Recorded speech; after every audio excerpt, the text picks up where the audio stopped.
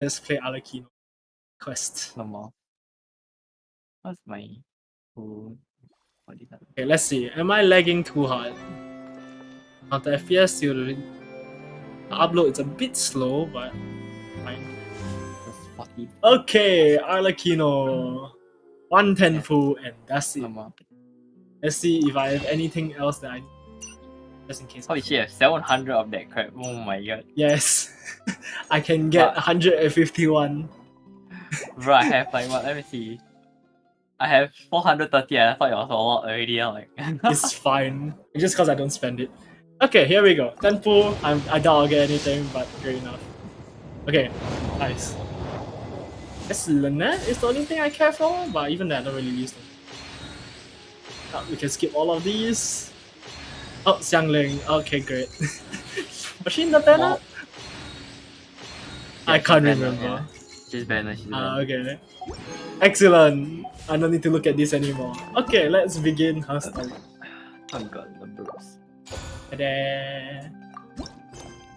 Okay, focused experience mode. Enable to conflict. Oh, so now there's this thing now. I swear to god that fucking shit will never work, bro. I don't know what this means. Enable focused current quests when the heart flame goes. Basically, no other quests cracking you. But you've done it pretty much everything already. Yeah, except for the new one.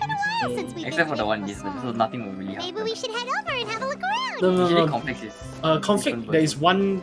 There's always one that will be carried out, and it's always the blue quest. Because blue quest is always you have to walk into it. Yeah, but it's quite rare, by the way. No. If I had teleported here, you would have instantly given me the blue quest. So that's why you will have. But you won't conflict with her quest lah, yeah. Because it's when it's other NPC. Okay, here we go. Cutscene. Hey, traveler, Paimon. Lenny. Oh, Paimon knows that voice. Over here. Oh, I guess I'm done leveling her up a bit now. You can do the story with me. I'm playing Siege in 1 hour though. Oh, okay, then yeah, have fun. To borrow one of the more popular turns of phrase at the moment, this appears to be quite the fated reunion. Running into you two out of the blue like this has really made my day. I certainly wasn't expecting it. You can say that again. What brings you to Poisson? Wait, Paimon's got it! You must be here for one of your magic shows, right? Say again? You are not? Nah. I was saying that I just do the reputation first, then I'll end the quest. I see. And that's like actually, we've run into a bit of trouble on the home front, so Father arranged for us to stay in Poisson for the time being. Oh god. I only now just finished 60% of my Fontaine. Yep, along with most of the other members of the House of the Hearth. You may have noticed Poisson seems a bit more crowded than usual. So you're saying nearly the entire organization has moved to Poisson? Sounds like you've run into way more than just a bit of trouble. What's really going on? Finally a nice change, man. That petition. Close the door. Alright. And I'm back. Welcome back. And I went to the wrong TP. Nice. Since the two of you are so curious, perhaps I can fill in the gaps. Holy shit, she appears out of nowhere. Hello. You scared Paimon half to death! Of course, but she's a harbinger. I don't know. Does harbinging give you the ability to teleport? I mean, her outer word literally glitches her out. On second thought, oh, I guess that's true, yeah. Need to know. It's all probably super she's the glitch in the House Matrix of the room. Heart stuff, right? But she's cursed. We totally weren't trying to pry or anything. But I mean, if you're very powerful, usually you know cursed with something. You know how to conceal yourself. Yes, that's true. No need to be nervous. I could sense your genuine concern from your conversation just now. Of course, I can also understand your confusion. Sending so many Fatui here to Poisson, it's only natural that some might suspect an ulterior motive to be involved. Say again? She has some chime when she's running around. Chime? Oh, okay, that's cool. Yeah. I understand. I'm well aware you've had your fair share of confrontations with the Fatui in the past, and I can't exactly guarantee that we'll remain on good terms in the future. As for right now, however, I would say we have little reason to be at odds, wouldn't you agree? The House of the Hearth could stand to be more open with those who have worked so closely with us in the past. As for the issue at hand, well, it hardly relates to any ulterior motive. To be frank, it all stems from a certain rumor circulating around the House of the Hearth. It's an internal matter. What sort of rumor? A rumor that a certain phantom child is hiding away in the House of the Hearth. A phantom child? Ooh, just hearing the name is giving Paimon the creeps. A spirit that should have long ceased to exist is lurking in the shadows of the House of the Hearth. So I decided to bring the children to Poisson before continuing to investigate the situation. I expect I should be able to track down the spirit fairly quickly.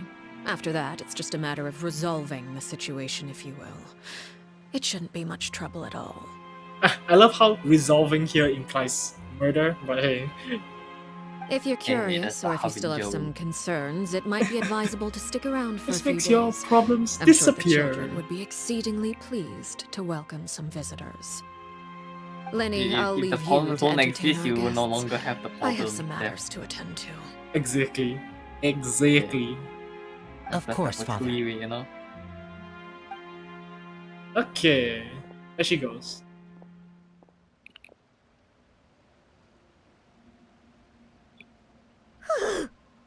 So how may we help you, Lenny?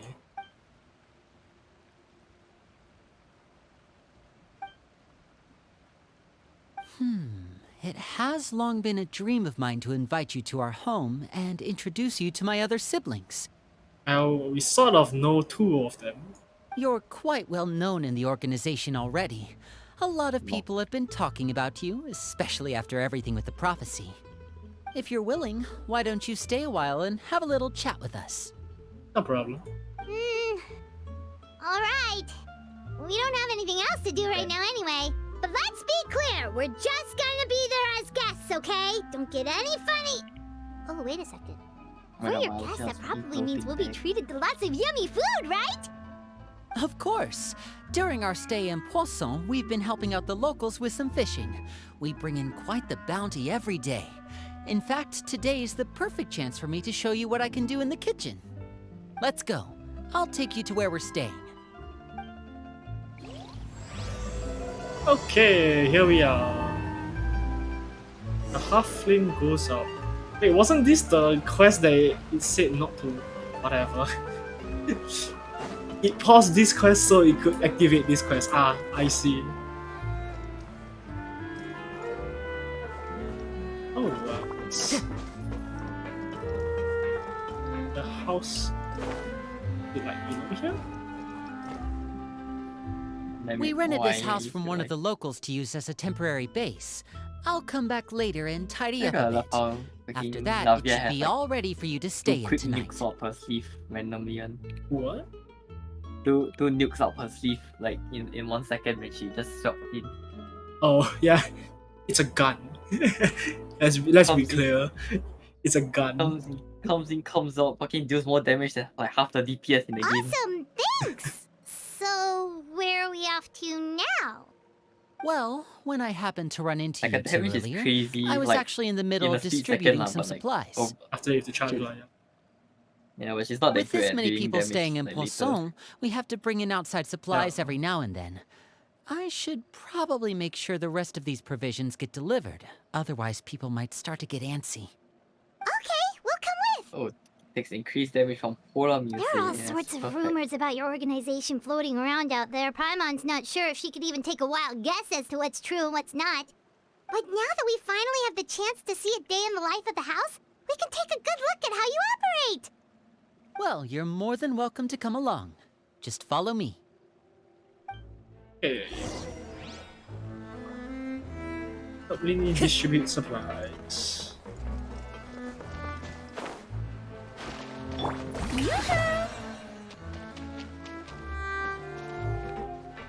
What? Was I supposed to go up? I was supposed to go up.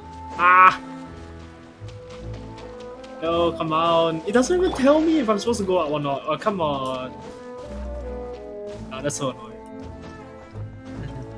Oh,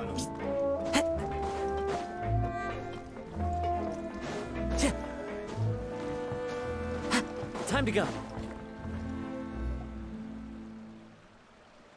And there you go, done with all the bulky stuff. Nice. Linny, you're finally here. The supplies. I'm assuming you've... Brought them with me? Yep, here you go. Hello? Something caught your eye? It's the Traveler in Paimon! I don't know if I heard this name before. Chaploo. No way! Come here, everyone! Hurry! The Traveler and Paimon are here!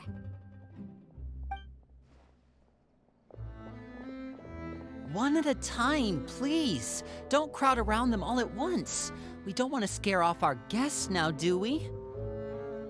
These all children of the House of the Heart? Oh, it's alright! Gotta say, Paimon didn't realize we were this famous. Of course! Father and Linny have told us so much about you. Father told us about how you helped Linny. According to her, you're a trustworthy friend. And as far as she's concerned, Oh my god, that's pretty much the highest compliment we've ever heard her give. As you can imagine, everyone's been very curious about you. That's cool. I heard the Traveler is so strong that he can move a mountain with his bare hands. I guess I can farm the I heard Paimon eats so much that she can clean out the entire pantry at Hotel Tabor in just 3 days. Paimon has her own rumors. Hell yeah. Wait a second! That's the rumor you heard about Paimon? Oh, not cool at all! Oh, wait! When guests visit, you're supposed to give them gifts and stuff, right? I need 3 Oh, we don't need something like that. Besides, we don't have anything to give to you. Come on, we insist. I can give you some of my new potions. Just pick your poison. And by that, I mean medicine or actual poison. I've got both. Ah, she's training in assassination. Amazing.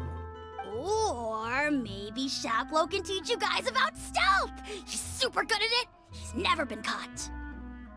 Ah, now that's not a bad idea. I know you usually prefer to fight head-on, but it never hurts to expand your bag of tricks, right? When it comes to eliminating your enemies, staying quiet can go a long way. Trust me, I would know. I was poisoned not too long ago, and I'm still dealing with the after effects. So I'm not quite as good as I was before, but I can still give you some pointers. Wait, when you said gifts, Paimon didn't think you meant poison and stealth tactics. But those are the best things we can give you. You don't like them? Ooh, how about this? Tell me the name of someone who really annoys you, and we'll teach him a lesson for you.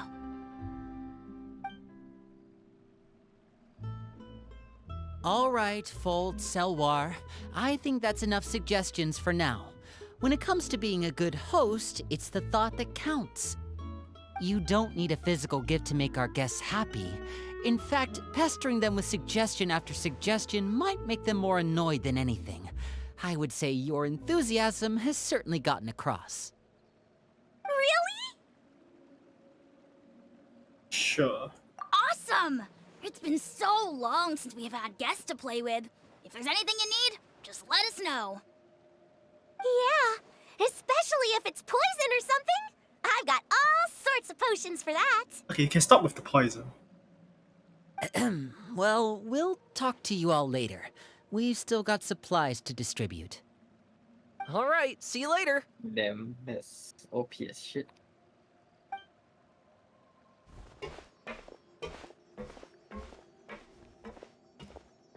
Bye!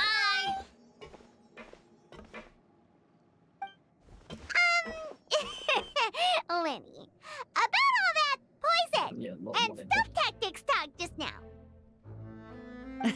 Scared you, did it? That kind of talk comes with being part of the House of the Hearth. When Foltz was really young, he strangled all of his family pets, just out of curiosity. He was labeled a dangerous problem child and was abandoned by his family. Elwar has an unnatural obsession with potions. Father has forbidden her from trying all the different concoctions she comes up with, but she still tries to test them in secret. You really have to keep an eye on that one. Chaplot is around my age. While I'm mainly responsible for collecting intelligence, he handles surveillance. He's very passionate about his work and has no reservations about taking on some very difficult missions. I know you two probably aren't used to that kind of talk, but I can promise you they only had the best of intentions. Things like stealth tactics and developing different poisons, they really mean a lot to them. They were just trying to share the best of what they could offer, that's all.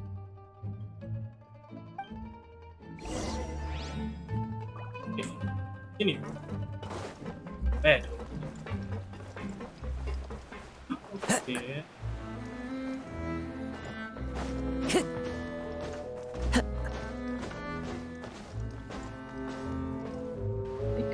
Filio, supplies are here. Thanks. And who are these two? Outsiders? Ah, allow me to introduce you. This is the Traveler and Paimon. Oh, you're the famous duo I've been hearing so much about. It's nice to meet you. I heard you've traveled to all sorts of places. Is that true? Of course! We're making our way all across to that! Oh, good for you. You must be pretty familiar with Fontaine by now, then. Have you seen the new opera that started running recently? I think it's called... The 4,000 Thieves? Oh, this is the first we've heard of it. It seems like it's going to be fantastic. From what I've been able to tell from the posters, anyway. You should definitely check it out if you have the time. Oh, and there's The Blind Maiden, too. That one is supposed to have audience interaction. Seems pretty interesting. Hey, what do you mean by since you got them? After this mission is over, I think I'll go get a manicure. Oh, maybe I should dye my hair. Wonder how much it'll cost. Is it just Paimon, or do these two seem much easier to get along with than the others? Looks like the House of the Hearth has some normal members after all. I heard that. Oh! Oops. Bit rude. I'm guessing you're referring to Foltz and the others? Yeah, we're definitely not all like them. I bet those crazies are practically foaming at the mouth right now. Yep, just nice. I'm sure they just can't wait to get back to Snezhnaya to carry out You the actually plan. speaking, or Yeah. I can't really Alright, hear. I was sitting down. Oh, I see. That's Just enough, counting how Filio. much meds I needed, which I just have enough to ascend her weapon, but I still need the Uh-huh. Ah, fucking don't overload talk med. about family members behind their back, right? Whatever. Let's go. Guess this is goodbye then. So sad, If you ever have some time, we should go see the opera together. Going out and about to actually hunt them down. Well, that's kind of why they introduce new regions, right? So you do that. Usually, they will be like somewhat like Star Rail also like you can auto farm the very boring stuff like the mobs, Not in Genshin, you know how this works. or at least the world boss when they drop. Like if it's related, right? If it's like a bishop boss, they kill the bishop boss. They drop like bishop stuff, but no, apparently they don't. Genshin, bro. That's Genshin things. Yeah, exactly. I don't know. They just want to boost like player time. Yep. It's working, I guess. Well, that's it for the supplies. We should probably head back as well. I think. Oh, there's a lot of Well, they books here. didn't seem too happy with each other. Yeah, I will buy Seems that. like there That I'll could never be read. something more going on here. You do what? And there's a bookstore that I found in Fontaine that didn't buy all the books. I see. Like I'll buy them, but I'll You're probably right. never read them. We're only here as guests after all. I don't think we will ever. We're not law people. Oh, Yeah. Lenny's getting I super am, far but ahead. not. I'm Come too on, let's lazy catch to up. dig into like the book all the way. Okay, let's see. Temporary accommodation. Wait, is the souvenir shop technically open now? Let's see. Oh yeah, found out of Lucine. I should probably go check that. Whatever, next time. So, What do you think of the members you've met so far? Well, Father is always encouraging us to be strong-willed and independent. So if there's one thing we've got, Oh it's yeah, I people probably need who to aren't finish afraid to Fountain of speak the their Sea, then mind. the go to finish our open. Oh. Well, right. I should probably get cooking. Oh, that kind Wanna of join? sucks. Oh, Of to the course. fountain we go. Then let's head out and... Uh-huh. Fremine? I'm so far What are behind you on the doing fountain here? some more. Well, Hey, nice to see you again. You too. I heard you're here as guests of House of the Hearth. I hate how the Welcome. fountain is giving out the fucking purple crystals that we don't need. Or the blue crystals, sorry. Not sure what you call them, lah, but yeah. The enhancement crystal. Also- Mystic enhancement crystal, yeah. It's unnecessary now. We were just going to make some food. I'm not even level Why don't you come 40 yet. along? Oh my. I could use some help in the Lucy kitchen, and I seem to I think he remember got you to 50 mentioning you chicken wanted to last make level. seafood soup for the traveler in Paimon. Seafood soup? Oh, Paimon's drooling I already.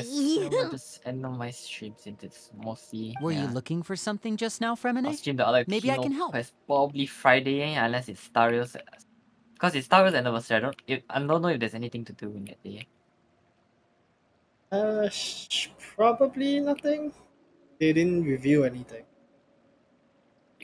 I doubt there's Surprisingly, right? I know, right? It's. I know we're getting nothing. Tenpu. That's I all. just Like on the wanted to mail, see just if directly there on the were day any itself. extra supplies. Yay. Yeah, we've got some left Unlike over. other game that had What do to you draw it need? out to 7 days. Some food and water. Not the game that I'm playing, you know. and totally. some clean Totally. cloth, if possible. I don't know why am I collecting Cypher's wood. So useless. No problem. Give me a second here. Food, water... Wait a minute. What do you need all of those for? You're not on any missions as far as I'm aware, and you're Yeah, just like going to that come meet she's with actually a us. good wood farmer. So what's this all about? Great. I thought I'd grab an extra portion because I get hungry at night. Yes, good to buy chips. Could be because I'm You guys can growing, watch, you know? Pop's chat. And Not Chinese stream, yes, because I'm not Chow. Oh yeah, I should probably sort mine. No, yes, right, goodbye. And End stream. just change stream to my stream, and yeah, there we go. Fremine, you remember what I told you? You're not like me. Your lying skills still need some work. Oh, what happened? I don't remember. Just on streamer mode real quick. And I guess I'll stop I- streaming just in case. I missed the Star Rail one. No, You don't lose out on that much, please. I lose 30 jades. The only one that I didn't collect. Tell me what's going on. Is it really I didn't bad watch enough that long you have to enough. keep it from your own brother?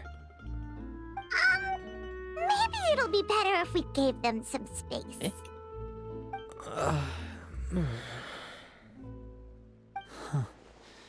This is the first time I've seen that kind of look on your face. Whatever happened, does it have something to do with I Father? don't see Genshin in my drops anymore. No more. It's fine, you'll definitely still like collect them. yes, Yeah, or else whatever. just follow me.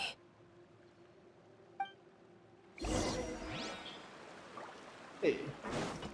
What is Fremine hiding?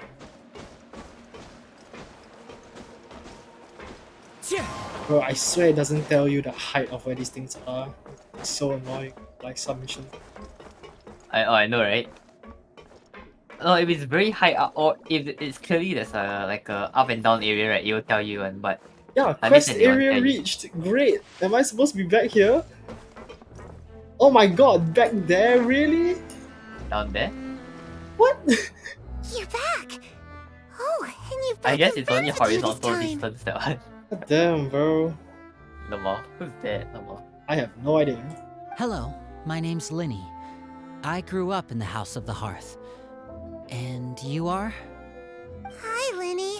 I'm also a child of the House of the Hearth, just like you. Okay, this will be a bit weird for him because he should know everybody. You can call me Clairvy. Clairvy? It's nice to meet you. Does that name ring any bells, Lenny? No, not at all. That's not a name we have on our roster, I'm sure of it. What I'm not sure of, though, is how she managed to sneak in. She must be the phantom child Father's been searching for. From the looks of it, I'm guessing you were the one that found her, Fremine. You, No, I haven't told anyone. I've just been keeping her hidden. For how long? About half a month now. So ever since we got to Poisson, then, do you have any idea what you're doing? I know what I'm doing. Really? 'Cause from where I'm standing, it looks like you're hiding the very person Father has been trying to find. If Father finds out about this, everyone involved is going to be punished. You know the rules of the house, Fremine. I know you do. Father doesn't tolerate any form of betrayal. So why are you doing this? I've thought it through. And I just can't hand her over like that. Linny, don't you remember last year? Chaplot nearly died after getting poisoned during that one mission. He wasn't able to get back before the poison started taking effect, and not a single person was there to help him. That night, while I was sleeping, I heard a voice telling me to go save him. I opened my eyes, but I couldn't find the source of the voice. I thought maybe I was just hearing things, but I went to look for him anyway. Luckily, I got there with enough time to save his life. That feeling of being haunted, of hearing voices, it's happened many times in the House of the Hearth. I'm sure you've noticed.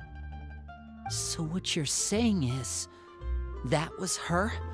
She was the one who spoke to you that night? Unless there are other spirits roaming around the House of the Hearth, I don't think there's any other possibility.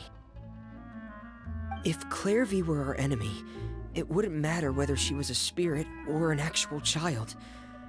I would have acted without a second thought, because that's what Father ordered us to do. But she's been living with us, helping us from the shadows all this time. I think that makes her family. I couldn't just hand her over to be dealt with. Not when there's so much we still don't know. So what's your plan then? You can't keep her here forever. Someone is bound to find out eventually. I haven't thought that far yet. I don't want to disobey an order from Father, but I also don't want to put Clairvy in danger. Come with me. There are a couple things I'd like to say to you in private.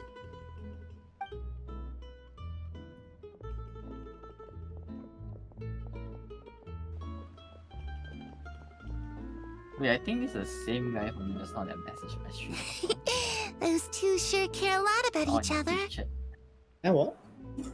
Nah, someone was just fucking Yeah. promoting It's bots, bro. bots now. Isn't it? Of course. Wait, where is my mouse? Then. Well, they got a funny way of showing it. From where Paimon was floating, it sure seemed like they were about to bite each other's heads off. No way!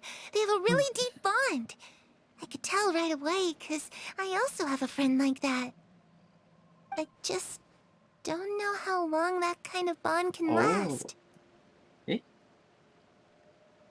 The darkness in the house runs deeper than you can imagine. No one can get On the out 1st alive. of May, there's a fucking Stereo Live concert. Oh, cool. I'm sorry, Liddy.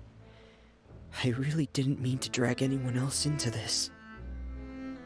Oh really? You didn't mean to? Maybe all the Because characters I dressed for up one like wish that you time the did. Genshin one. Just Except YouTube we- video, yeah. Yeah. Just Except we know that they never turn into costumes ever. Huh? It's legit just free What money, do you but mean? but nah. somehow Genshin is too good for that, you know? They earned their money and said, okay, good enough. You know, when we were younger, you didn't call me Linny. You called me brother, just like Lynette. We Yeah, grew sorry, up to be fair, together, 2D the and three of 3D us. skins. We Hey, were when you all try to orphans, convert all the 2D rescued skin by to a 3D father. one, it looks very ugly Of all the usually. siblings in the House of the Hearth, I think Oh, our bond yeah, was there the needs to be some closest. artistic Yeah, no, it's very hard liberties. to change from 2D to 3D.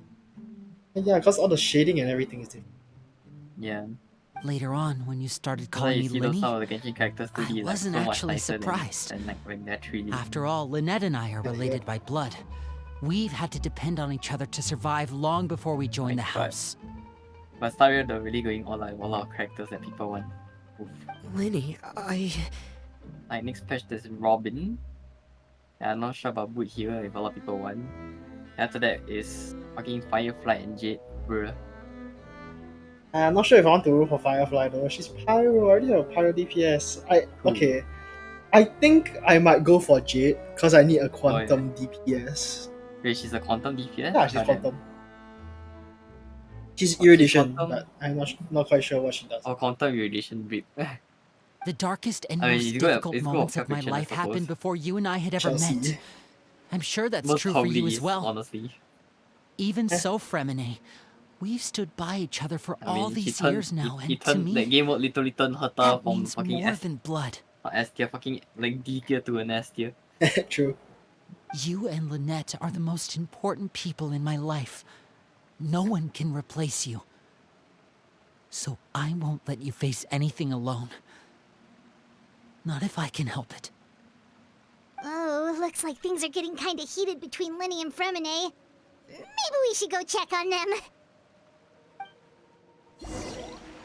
Okay. Oh, it's raining. I should put my clothes away. How would you know that, Severin? Time to go. You okay, guys? Hey, you two! Hope we aren't interrupting anything. Like a fight, or... Oh, wait a minute, Fremine. You're not crying, are you? Is everything alright? Everything's fine. Thanks for asking. Well, we're all friends here, right? We've been through so much together, so if there's anything we can do to help, just say the word. It's just a small family dispute. It's not something our guests should trouble themselves with. In fact, it might be better if your stay ended here. Happened on this part in the middle of my stream, bro. Oh, what? Wait, let me see.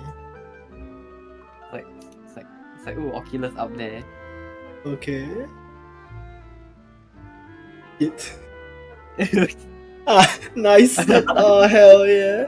There's a fucking hole in there. The game fucked me, bro. And drop. The exact moment I hit jump, bro. And go. I was like, ooh, what's that? What I are was you getting at, I'm Traveler? dead. When guests are around, families are often on their best Amazing. behavior. Bro. And any I disputes can't are believe less the game would likely do to such a thing, escalate. bro. That's what you're trying I to say. swear, it's meant isn't just to troll you. The fucking game knew, bro. I don't see fucking other YouTubers fucking fall into that when they're doing that shit. It's like, ooh. I just Bro, it's like, I didn't think that was something. thank you. I was really hoping to keep you out of A it. hole.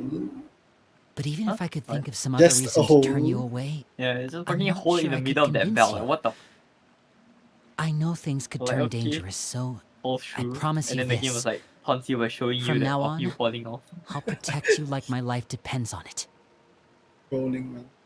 Me too. Well, back to the matter at hand then. If we don't plan on handing Clairvy over to Father, then our only other option is to solve the mystery of her identity before Father is able to track her down. That means finding out where she came from and what she's doing here. Then we can send her on her merry way and pretend like none of this ever happened. I've tried that already. And? And nothing. I tried taking her somewhere really far away, but after some time, she just reappeared. She even came with us all the way to Poisson.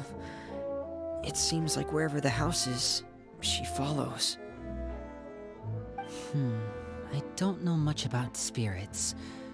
Do you two have any ideas? Let's see here.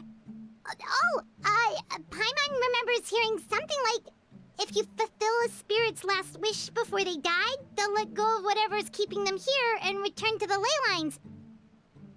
Oh, it's just that Paimon doesn't really remember where she heard that, so it's not guaranteed to work or anything. Well, sounds like it's worth a shot. Guess that means we should go ask her about her wish. But first, Fremine, I need you to promise me something. What is it? Lemah. I need you to promise me that this will stay between the two of us. There's 2 units from this We're the specific masterminds behind this whole squad. thing. The No name one else gets involved. The squad name is Hammer and Drill, and the Can you unit do name that is for me? fucking Hammering and Drilling. Wow. Bro. Wow, very creative names, yes. Of course. I promise. All right. Then let's seal the promise just like when we were kids. Fist bump on 3. Ready? 1, 2, 3. I swear. That. Magic. Hey, she's a magician, okay? Whoa! Oh shit, I'm gonna lose this one. Lynette! But what a surprise! What brings you here, dear sister? The side eye. And, when exactly did you get here?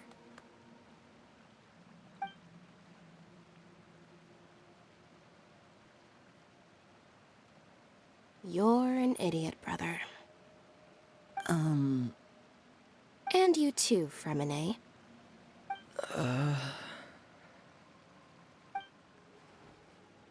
You 3, Traveler. And you 4, Paimon. Wait, what did we do? Hey, we haven't done anything like that. I've seen Clairvy around the House of the Hearth before. Yes, I you've hadn't done seen her in something by not Poisson, stopping so them. I figured she must not have come with us. But it turns out you were just hiding her. I heard you talking about your plan. Rather than steering clear of the situation, I'd rather fully join in.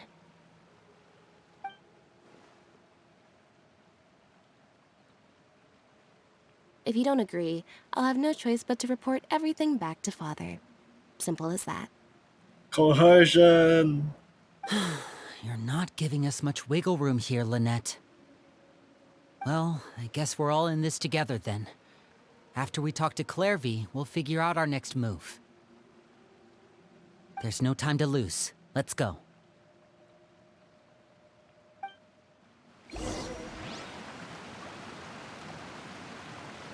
Okay. Heavy. What the cell food? Oh yeah, some fucking guy tried to I'm list his full. house in Toa Payoh for 2 Thank you for million. bringing me this food, you guys. This what? Like the 2 million Someone tried to selling his HDB 5-room flat in Toa Payoh. It's listed for 2 million. Bruh. Oh, Either he thinks inflation is going hard or he just doesn't know market front. Delulu. Kind of. Okay, 1 million maybe still possible in Singapore. 1 million is very, very, very possible because it's Yeah. 5-room flat, yeah. 2 million a bit 小. Okay. Like the She record said is she's 1.2, full, but the I food think doesn't 1.4, look I like can't it's remember. I even think 1.2 attached. something. 1.2 something, 2.6 I think, I can't remember.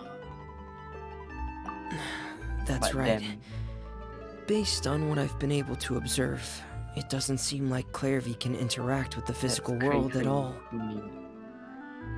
But if somebody Still, buys that, when it's she's taking over presented for the with market. food, Why she'll looking at always linger HDB around it prices? for No, a good it's little in while. Reddit because it's all over the news. Maybe, Oh, in her I see. mind, she really Because is who eating those things. who the fuck attempts to sell their HDB for way overpriced?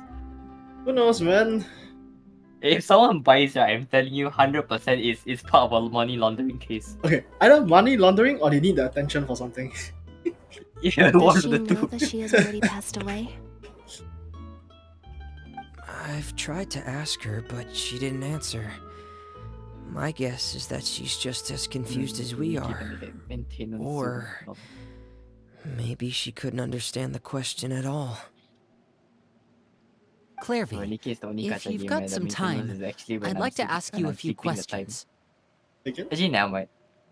Never mind. I take that statement back. I was saying that Nikkei was the only gacha game I played that the maintenance is when we like none of our waking hours, you know. Oh, I see. But Not for then I you. realized like no, I just realized their maintenance timing is so random. It can be any time. Oh, it's If it's random. yeah, I don't know. The last time it was like meant for the US timing, then suddenly it's meant for the JP timing. Then suddenly it's meant for China timing, lah, huh? Perfect. Sure. So it's just jumping whenever or whatever it feels like, you know. Oh, another new friend. Well, I have amazing Hi, luck I'm yesterday and Clairvy. today. Today, I don't think I'm not gonna put the 1.5 anniversary unit for Nikkei, I guess. I hope I'm gonna PT. There's no way I'm not PTing. Clairvy, how did you join the House of the Hearth? Huh? Oh, I've Isn't just it the enough to same get. for everybody? I'm just enough to get enough credits for the PT. Okay, thank God. The knave brings you Yeah, they've been here, so and yabai. then you can't leave. It's just that your name, it's not on the roster. And I've never seen you before. The roster? Oh, I get it now. I think there might be some things you don't know about this place. The people in charge, they're not as nice as they look. They say they keep a roster, but it's not complete. There are a lot of people who aren't on it, and never will be. In this house, some people are family, and other people are just test subjects. Those kinds of people aren't ever going to get a place on the roster, unless it's the roster of people UTC who've been doesn't executed. So Wait, does that mean the knave... She... Is there anyone that can vouch for you? Perry, she's my best friend. She's the only one I trust in this place. Have either of you heard of that name before? So No. 11 o'clock maintain. Me neither. Clairvy, Perry. Okay, that's nothing to do with Neither Nikkei. of those names are on the roster. But it seems like she's telling the truth. Either that, or this kid's already got a bag of tricks bigger than mine. Maybe we should try a different approach. Clairvy, do you have a wish? A wish? It can be anything you want. Just imagine. It's your birthday, you're blowing out the candles, and your wish is...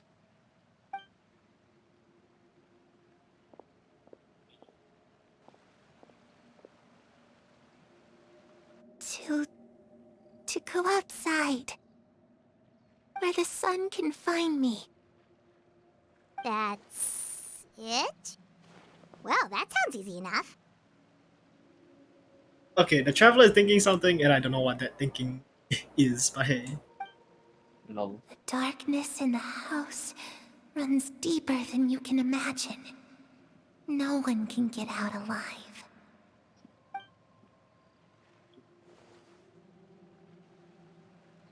Okay, time to divide and conquer. Listen up. I've got a plan. I'll try and find a way to use basic illusory magic to take Clairvy outside and bring her somewhere with sunlight.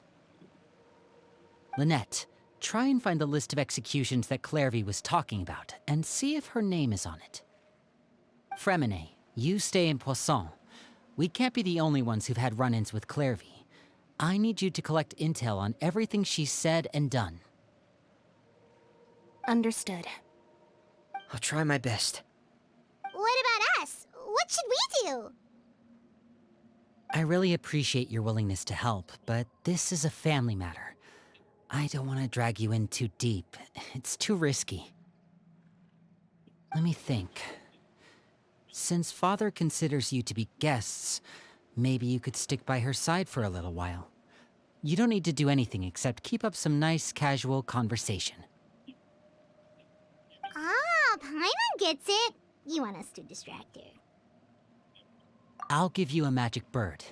If Father suspects something, all you need to do is release it when she's not looking, and it'll alert me that something's wrong. Of course, that's only as a last resort. If Father doesn't seem to notice us, there's no need to make contact. We'll reconvene here tonight after all's said and done.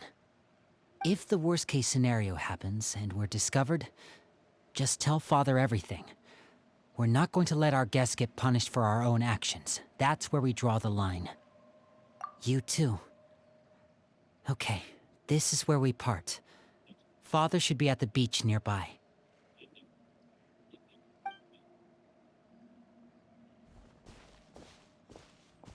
I really hope this goes well. No, it has to go well. That's the only way this can get resolved. Hey, so that part's complete. Clairvy, I'd like to take you somewhere. Is that okay with you? Sure. Where are we going? Okay. So, Danny is taking Salavi to something. Okay, let's find the knave. Only near the seaside.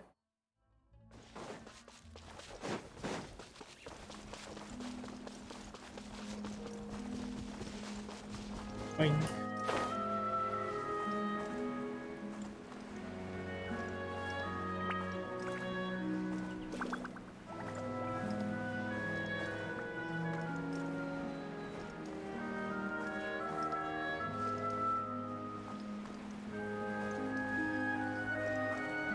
Oh, with Charles. Hello there. It's the knave and child. Hey, aren't you supposed to be in Snezhnaya recuperating? What are you still doing in Fontaine? Oh yeah, we still have your vision. Do you want it back? Oh, it's you two. I didn't expect to run into you here. We give it to Arlecchino. Oh, did we? Oh, well, I can't remember. Oh yeah, we did. When she returned to... Oh yeah, right. Forgot about that. I was unconscious for quite a while after the fight in the Primordial Sea. After I woke up, I realized I was being taken back to Snezhnaya, and well, I couldn't have that now, could I? Not when I've still got unfinished business here in Fontaine. So, I mustered up all my strength and made the journey back on my own. What sort of unfinished business are we talking here? It has to do with Skirk, my master. I really wanted to meet up with her, but by the time I got back, she had already left. I still have so many questions for her. Without any other leads, all I could do was ask the knave to help me track her down. She must have left behind some traces from her time in Fontaine. Oh, okay, so have you found any clues? Unfortunately, no. While the House of the Hearth is adept at collecting all manner of intelligence, certain existences can still manage to escape our purview.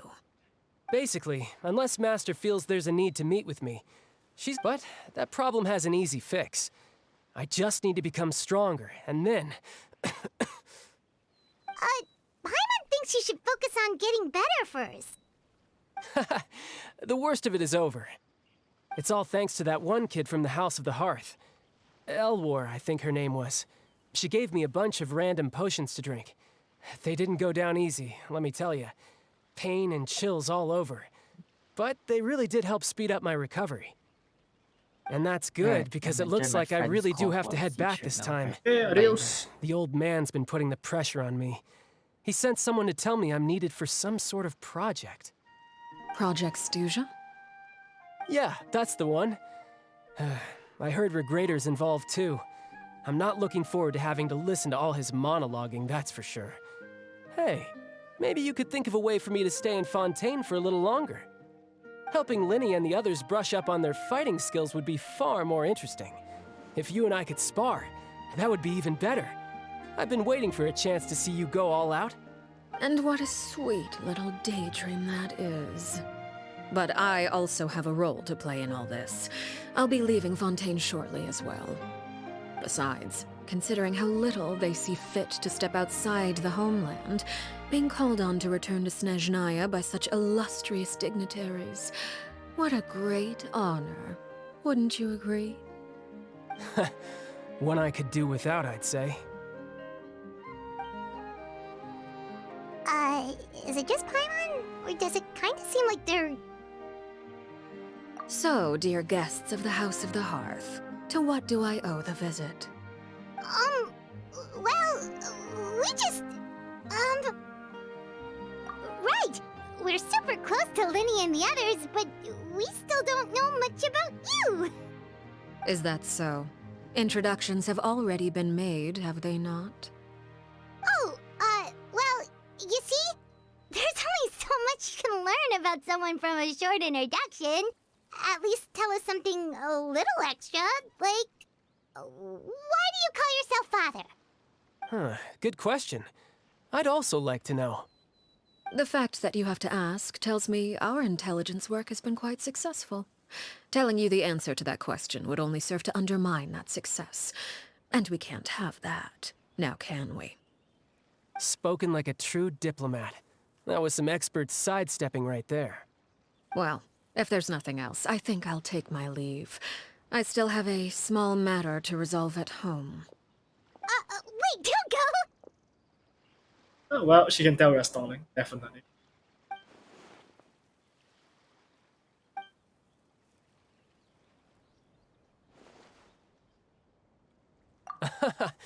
I'd also like to hear the answer to this.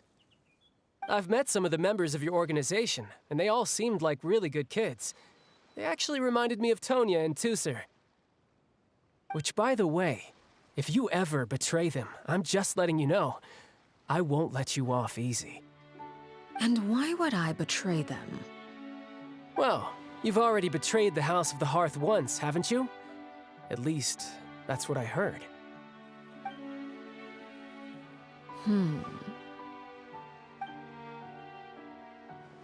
Okay, I admit. That's just what the old man told me. The rooster, I mean.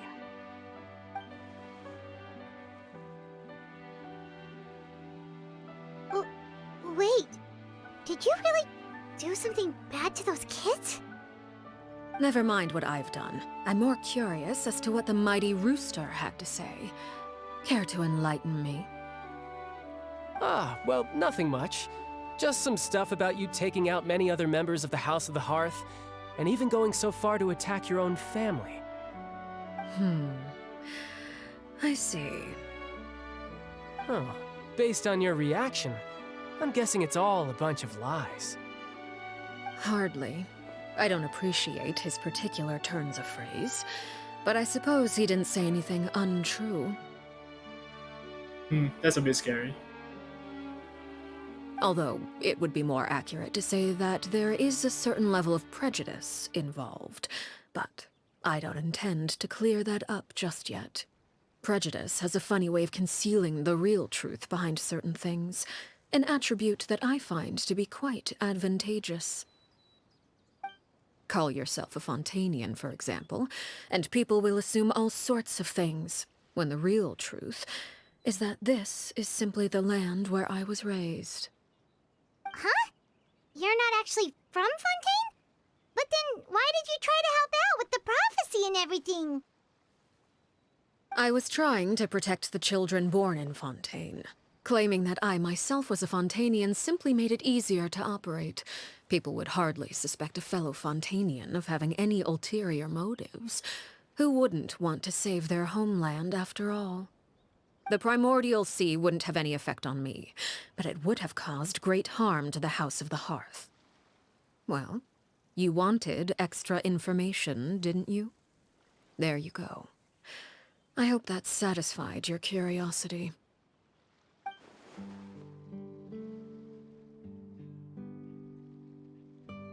So, you stayed in Fontaine for the kids. I guess I was wrong to believe you'd betray them. Apologies. Looks like I was holding on to some prejudices myself. Good. Like I said, I like it when others have misconceptions of me. Actually, while I was recuperating at the House of the Hearth, there was something else that really caught my attention. I heard that members always resolve disputes and arguments with a friendly spar, and the loser has to back down. Seems pretty cool if you ask me. Would also give them plenty of opportunities to hone their skills. Well, that's only a recent development. In the past, such spars weren't nearly so friendly. The losing party would lose everything, including their life. They were that high stakes? Whew, at least that's not a thing anymore. Well, the current atmosphere's not half bad.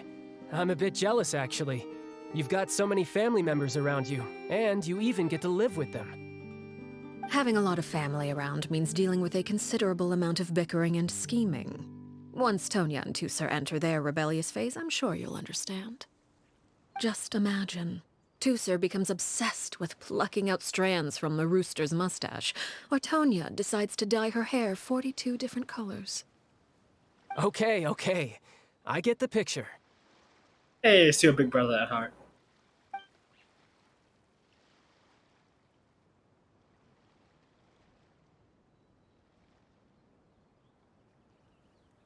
Well, would you look at the time? I should probably get going. Traveler, Paimon, I'm not sure where our paths will cross next, but the next time we run into each other, we should definitely try and find some time to spar. Again, maybe this is a conversation we can have when you look less like you're gonna keel over. All right. Well, thanks for everything, Arlecchino. No thanks necessary. You also played a part in obtaining the Gnosis. I would say we can call ourselves even. I like the sound of that. Well, I'm off. See you all some other time.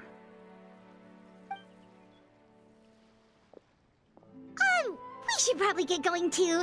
Do you want to head back with us? Oh? You want me to leave so soon? Oh, well, you see, I'm rather enjoying the evening breeze. If you don't mind, I think I'll stick around for a bit. I have some things to think about. Apologies for not attending to you like a proper host. Please forgive this slight. I do hope you'll have a pleasant stay. We managed to keep her distracted until nightfall. Good thing Child was there to keep the conversation going. You don't think she suspected anything, do you? Oh, I wonder if Liddy ran into any issues. Let's hurry back and see how everything went. No, you're a bit sus, Paimon. She probably thinks of something. Oh? You decided to stay a little longer?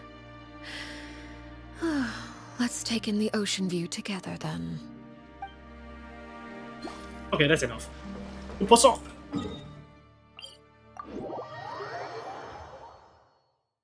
That's fast.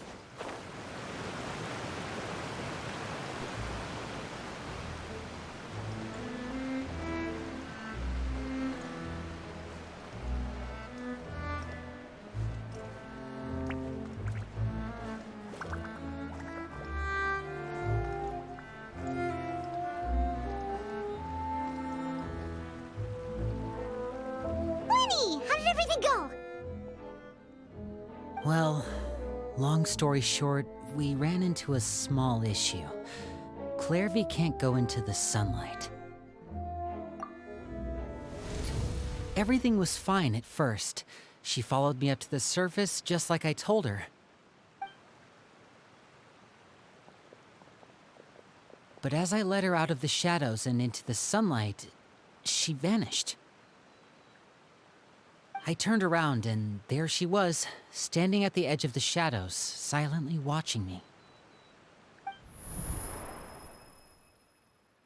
Huh. Maybe she's afraid of sunlight, or... No, it wouldn't be her wish if that were the case. Well, we could always try pushing her into it. Oh, true. I've pretty much tried it all already. Nothing worked. Eventually, the sun went down, so all I could do was bring her back here. How did it go with you, Lynette? Good. I've got the list. It's right here. Really? Well, what are we waiting for? Let's take a look!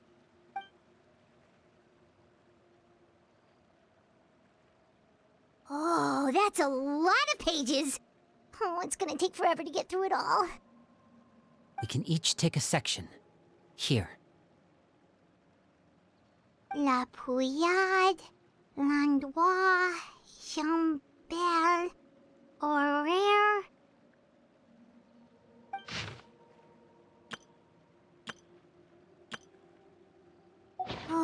projects.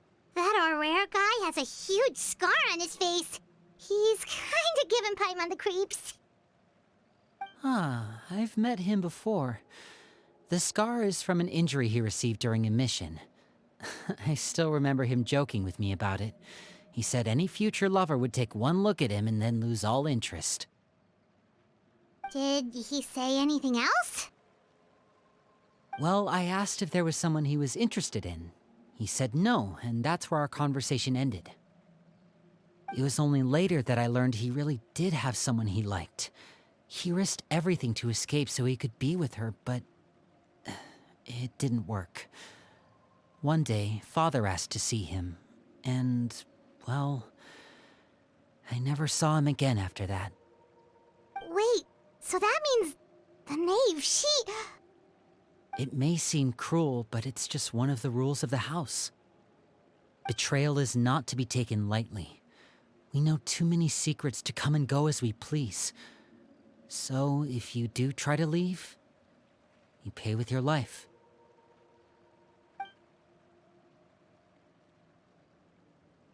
Her name's not here, huh? Well, that's not too surprising. It doesn't seem like this list is complete. It only contains records dating back around 5 years. Let's shift our attention then. Fremine, were you able to find anything out? Fremine. Sorry. I was thinking about something. I managed to talk to quite a few people, but I couldn't help but notice that the atmosphere in the house was a little... strange. Strange? Yeah, I mean, I know there have been arguments in the past, times when people haven't gotten along. Chaplot and Filiol are a good example of that. Oh, those are two of the people that we met while delivering supplies. Paimon can see how they might not get along. They had very different vibes, and their, interests seem to be pretty different as well. That's to be expected, actually. Father brought us all here, shared her knowledge with us, taught us how to fight. That's one thing we all share. But that's also where the similarities end. Not all of us feel the same desire to stay here. As members of the House of the Hearth, we're also considered part of the Fatui. And to a lot of people, that's an identity they never asked for. Certain members get older and realize they want something else for themselves. But considering the rules of the house, most people would never say that out loud. People like Chaplot and Foltz are loyal to Father and her vision. They're proud to be part of the Fatui. Filiol and Nantoy, on the other hand, well, they aren't quite as enthusiastic. These kinds of conflicts have always been there. It's not like Father is in the dark about any of this. Well, that's true. But it just feels like things have gotten worse lately. Filiol and the others, it seemed like they were meeting in secret to talk about something. I can't say for sure, but I think they've met Clairvy. You think she's been inciting them to act out? No, not exactly. But I wouldn't be surprised if she said something to them about the darkness in the house and how deep it runs. She's told me about it before. Experiments being run on children. People being used as pawns on the battlefield without so much as the strength to survive. And they just believed all that? Without any evidence? Clairvy's words probably gave them the excuse they were looking for. Whether they actually believe them to be true is secondary. This is all because of Project Stuja, isn't it? Whoa, hold on a second. What's this Project Stuja all about, huh? This is the second time it's come up now.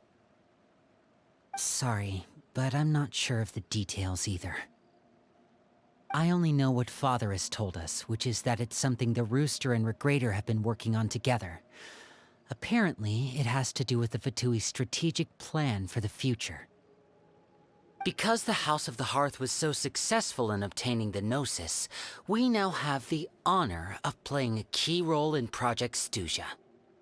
Wait, but isn't that a good thing? Key role is just another way of saying dangerous role. To us, the whole thing is an inconvenience.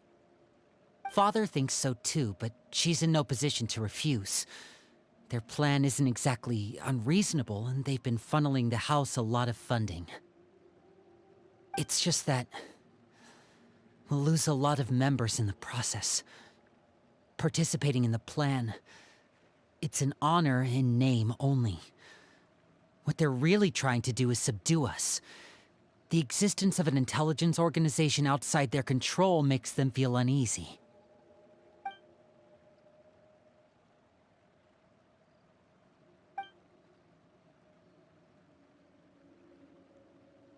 Okay, super complicated top secret Fatui business aside, what does all of this have to do with the conflicts you were talking about earlier?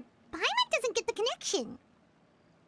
External pressure has a way of exacerbating internal strife. You can't overlook the power of fear either. People are afraid of dying, and that fear is often the impetus for a lot of stupid decisions. I thought resolving the Clairvy situation would make everything go back to normal. But it looks like things are more complicated than I thought. If we leave Filiol and the others to their own devices, sooner or later, Father will be forced to take action. We can only focus on one situation at a time, brother. You're right. Even if we confront Filiol and the others, it won't do any good. It might even make matters worse. We should focus on Clairvy for now. Well, it's getting late. We should head back and get some rest. We'll try again first thing tomorrow. Lynette, you stick with me this time. Fremine, keep a close eye on Filiol and the others. Make sure they don't do anything they'll regret.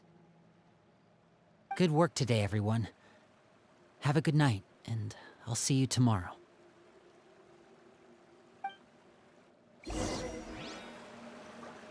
Okay. Oh,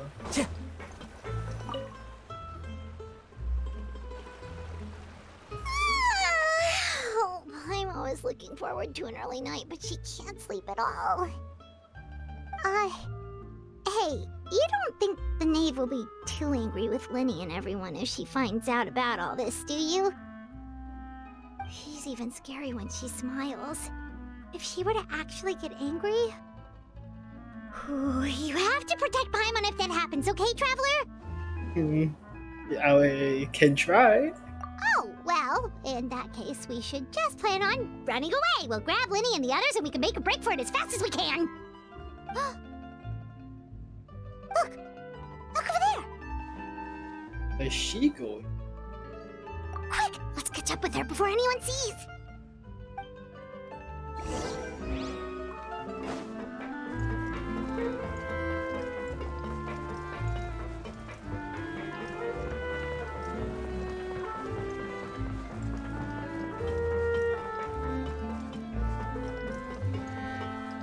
Over there! She disappeared. She's trying to get out. Definitely. What she's trying to do. Oh, where is she going? Oh, if someone sees her, we're toast!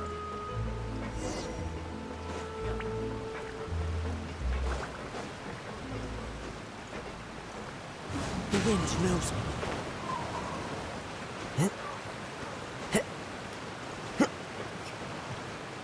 Oh, look! She stopped! Oh, she's outside!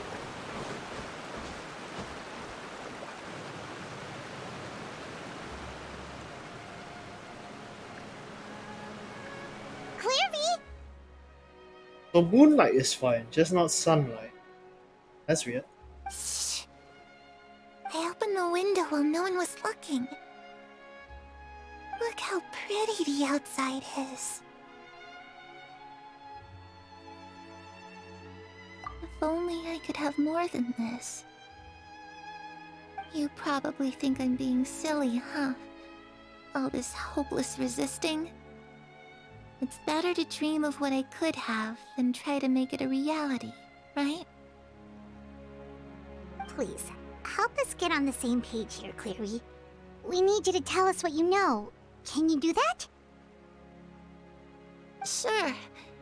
Although, after you hear all this, I think you might regret that decision. Everyone in this family is nothing more than a tool. Something to be used and exploited. We're all expendable, including me. As long as you're useful, you get to stick around.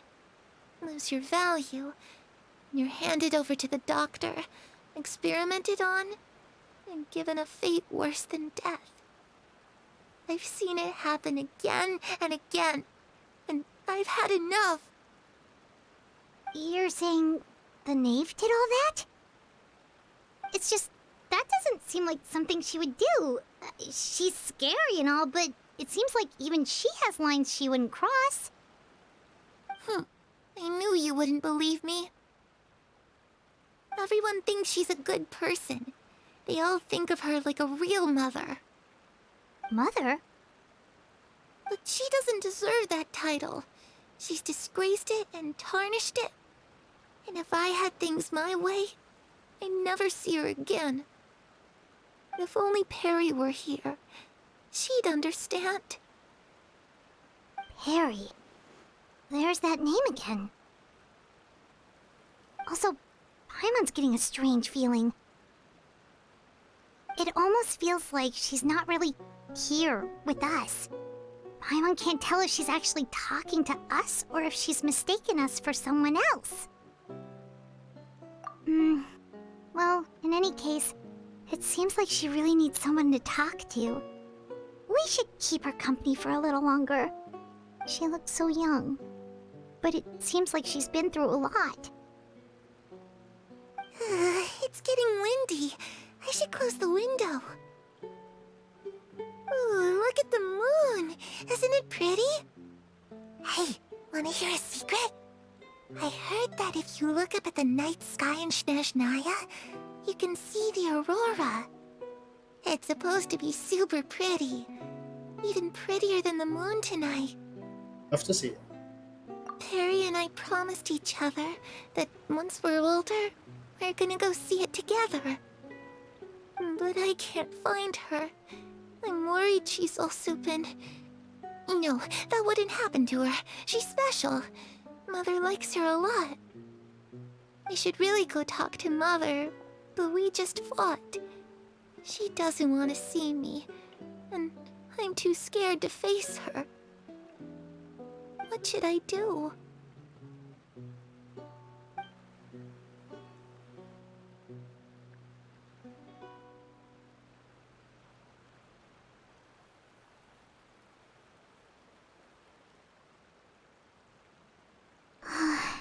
Paimon really doesn't understand what's going on with her.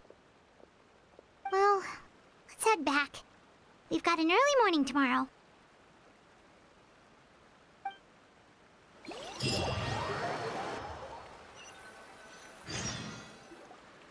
All right, looks like we're all here. Let's go ahead with the plan. Oh? What is it? What makes you ask that? Well, we kinda ran into Clairvy last night, and that's what she told us. We met the doctor back in Sumeru. He's super dangerous, and he's done all sorts of bad things. It's possible that Father and the Doctor have had certain dealings, but I don't think Father would work with him. We're not really on the same side, so there's not a lot of trust between them. That doesn't exactly set the stage for a successful partnership. I did hear, though, that when Father first became a Harbinger, the Doctor offered to work with the House of the Hearth. Father rejected most of his proposals, except for one. It had to do with some sort of secret experiment. Secret experiment? Could that be what Clairvy was talking about? I don't think so. I don't know any details about the experiment itself, but I do know it's an entirely independent operation. The doctor only proposed a direction for the research. That was the extent of his involvement. I still don't think that counts as working together. The details of the experiment are confidential, but complete records are kept on all participants. That doesn't seem to be the case with the situation Clairvy referred to. I know you don't agree with some of the Fatui's methods, and I'm not asking you to. But I am asking you to trust us on this. The House of the Hearth has its own principles. There are certain lines we're not willing to cross. Alright, that's good to hear at least. Clairvy seems to think the knave and the doctor worked together to do something horrible. If that turned out to be true, Paimon doesn't know how he would even face you guys. It's just that it doesn't seem like Clairvy is lying either. The easiest thing to do would be just ask the knave directly, but Paimon doesn't think she'd tell us. Father didn't come back last night. She's probably still near the shore. We'll be counting on you to distract her. Lynette, you're with me. Fremine, you know what to do. Be on your guard, everyone. All right, let's get to it. Hey, betrayal. Where are we going today? Let's try somewhere further away this time. Hey. Look for the knave. Again.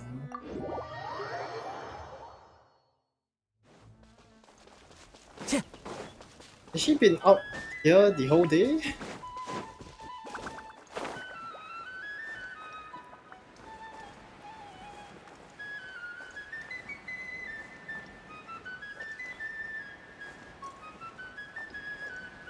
Guess so.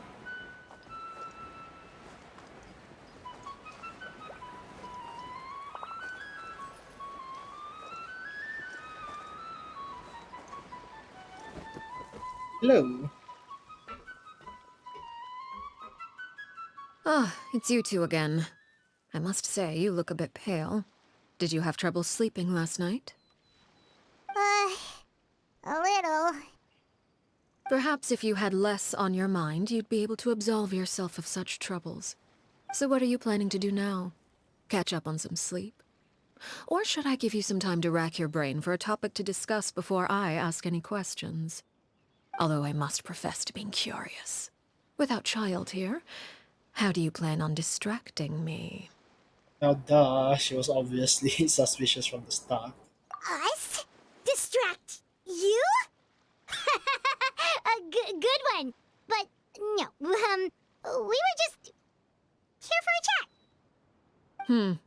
Looks like you could have used some extra time to think. No matter.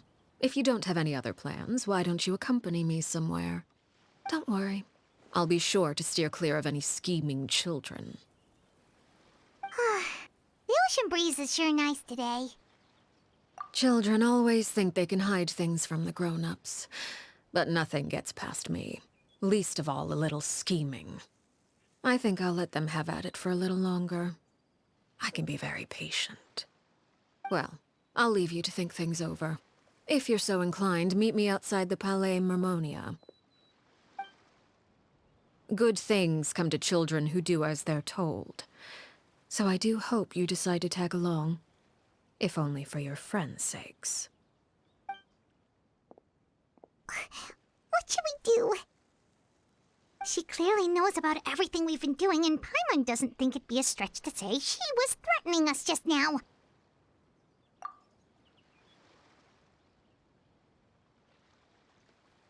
Oh, good idea. Hopefully he sees it in time. And get shot down.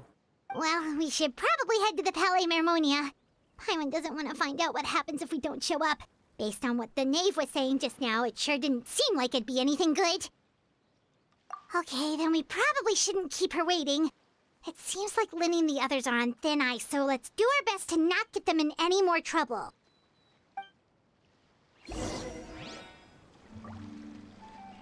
Okay then. To the cart. Okay.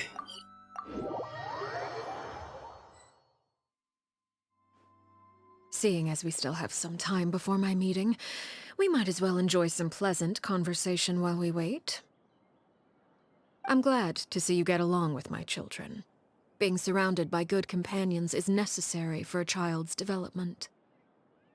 You're not planning on doing anything to them, are you? I assume you're referring to Linny, Lynette, and Fremine. Although, there's that situation with Filial and Nentoy as well. It appears quite a few people have been acting out lately.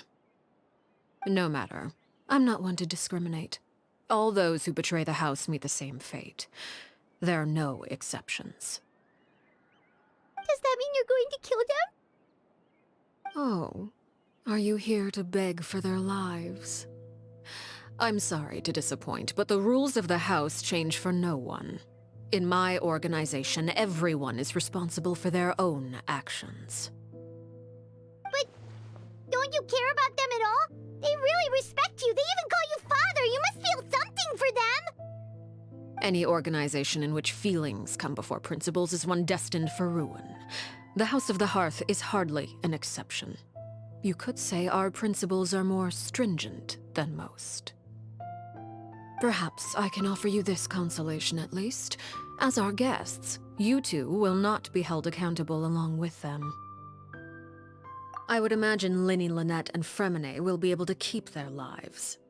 As for Filial, Nentoy, and the others, I'm afraid there's little I can do. They can try to escape, but once you know our secrets, there's no getting out alive. But that's awful. Ah, you seem concerned. Out of consideration for my guests, I suppose I could turn a blind eye for a little longer. If Linny and the others manage to dispose of Clairvy in the meantime, all evidence of their wrongdoing will be lost. In that case, I could hardly punish them for something I couldn't prove. If their efforts are unsuccessful, on the other hand, all will be held accountable, and the punishment will be severe. Of course. Oh, and here, I believe this belongs to you. Do try and keep better track of it next time. Obviously. It takes a considerable amount of time to train a bird like this. It would be such a pity if you were to lose it. Permanently. Wait, where did you get that? Obviously, she wasn't gonna let us go. Well, I'm afraid that's all the time we have to chat. Now, for the matter at hand. I asked you to meet me here because I have business at the Palais Mermonia. It has nothing to do with you, but I think it would be prudent for you to stick by my side for the time being. There will always be time later to run off and tell Linny what you've learned. Well, time to go. Looks like we wrapped things up just in time. I feel manipulated.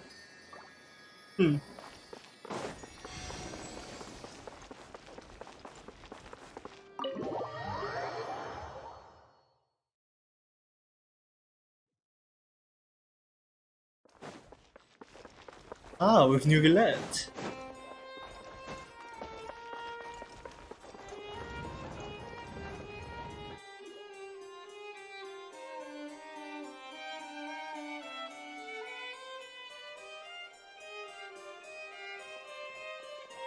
It's been a while, Monsieur Neuvillette. I must say, I wasn't expecting my meeting request to be approved quite so quickly. The Palais Mermonia operates with an efficiency worthy of admiration. It is only right that an esteemed diplomat such as yourself should be afforded the proper level of respect. Although, if I may speak plainly, I must confess that I did not anticipate we would have the occasion to meet again after presenting you with the Gnosis. I see you've brought the Traveler and Paimon with you as well. If I may inquire as to the purpose of your visit. I'll be departing Fontaine shortly. There is, however, an outstanding matter that I would like to see resolved before I go. It requires a rather lengthy explanation, I'm afraid. So I took the liberty of explaining everything in this proposal. Please review it at your leisure, Monsieur Neuvillette.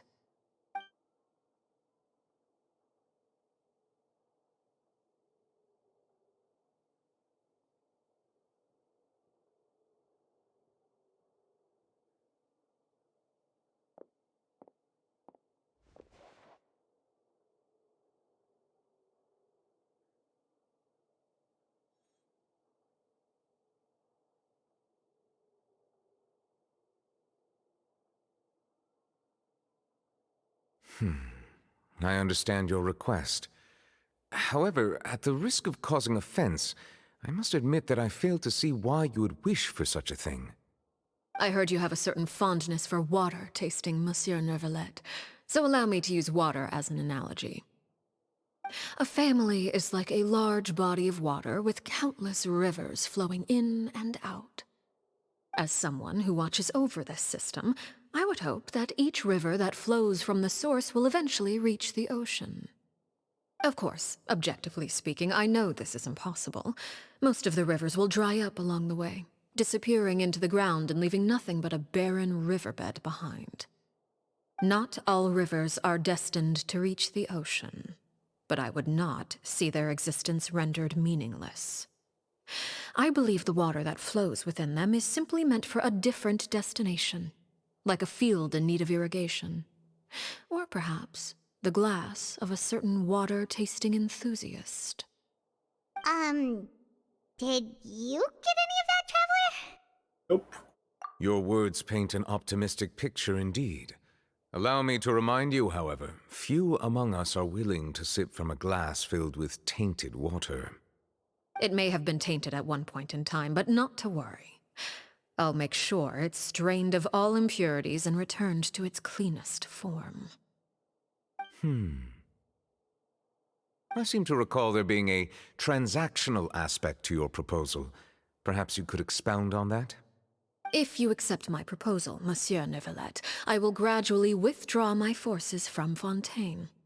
And, unless absolutely necessary, I will no longer carry out any special missions within Fontaine.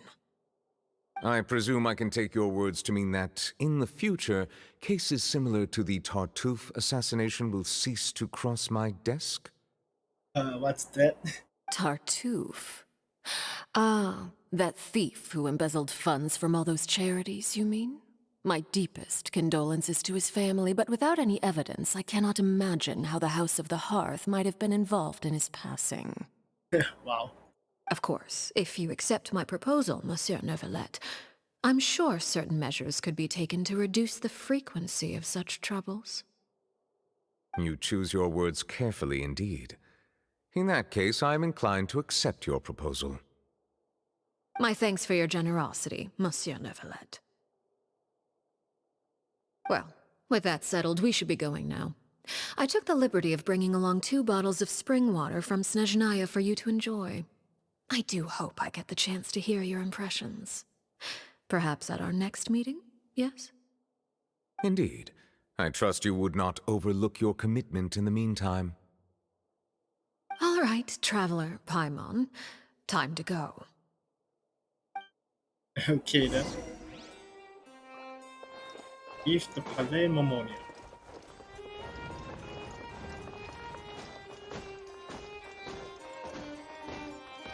It's the door.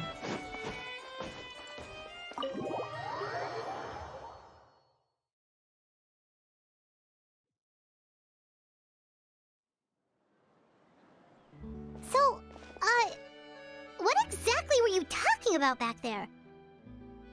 Paimon only heard you mention some rivers, a large body of water, and then some kind of irrigation scheme. You really want to know? I would imagine there might be more pressing concerns at the moment. Lenny, Paimon really hopes everything's going okay.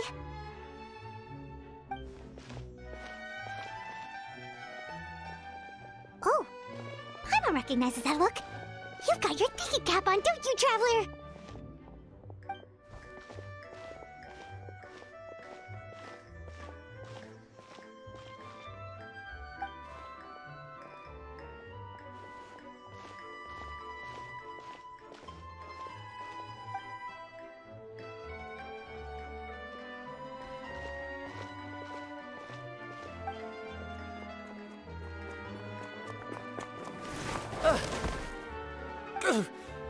Oh, shoot.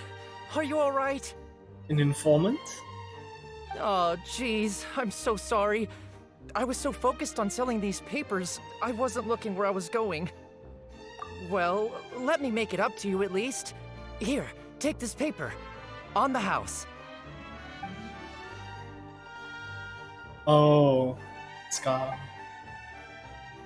Oh, you don't have to give us anything. Please, I want to. It's not like I'm short on supply. All the extras will be useless come tomorrow anyway. It's my fault, really. I was just trying to bring home some extra mora for the family, but I bit off more than I can chew. I haven't had many takers today, so I'm still swimming in papers. What's going on here? Nothing much. I just ran into your friend here on accident. I should probably get going, actually, so... Hold on. Of course, I'm happy to compensate you with mora, it's just... I don't have any on me at the moment. I'll take 3 papers. Here. Your payment. Oh! Thank you for your patronage. May the Archons bless you with good fortune. If only I had the chance to run into such generous customers every day. I should probably just take on a smaller inventory though, right? I'm getting married soon, so sometimes it's hard to not get ahead of myself. Anyway, I should head out. Goodbye! Well, now that my affairs are settled, we should take the boat back to Poisson. We've even acquired some light reading to enjoy along the way.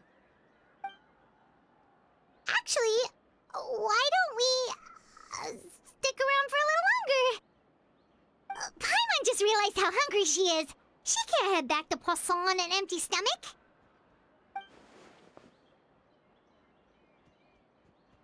That's cute. It appears you two are under the impression that delaying our return will somehow alter the situation in your favor. I'm sorry to ruin your fantasy, but your efforts are meaningless. That being said, I could be persuaded to give Linny some extra time. I just have one condition. If you agree to my request, I'll even answer some of your questions. You're quite curious about Claire V, are you not? And my relationship to her. Wait, why are you being so generous all of a sudden? You're not gonna ask us to do something bad, are you? You overestimate yourself. You don't have the talent for bad things. Then what can you possibly... The most important consideration in a negotiation is that both sides receive something they want. Demands and threats only get you so far. Wonderful. Here it is.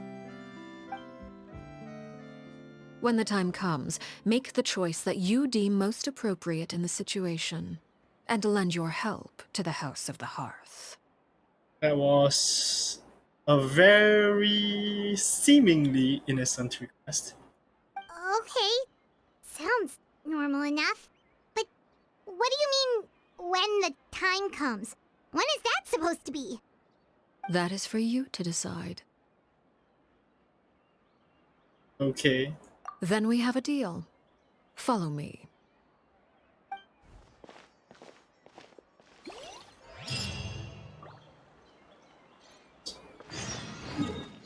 To the sunlight. Bar.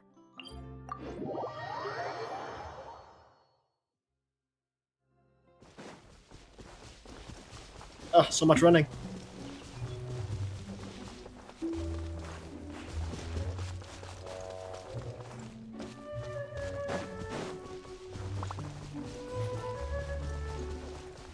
Chip!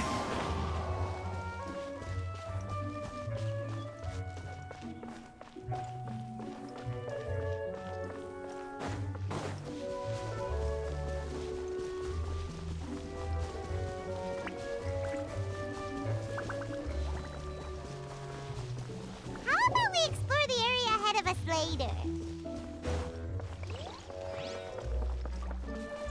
Suddenly they are rude.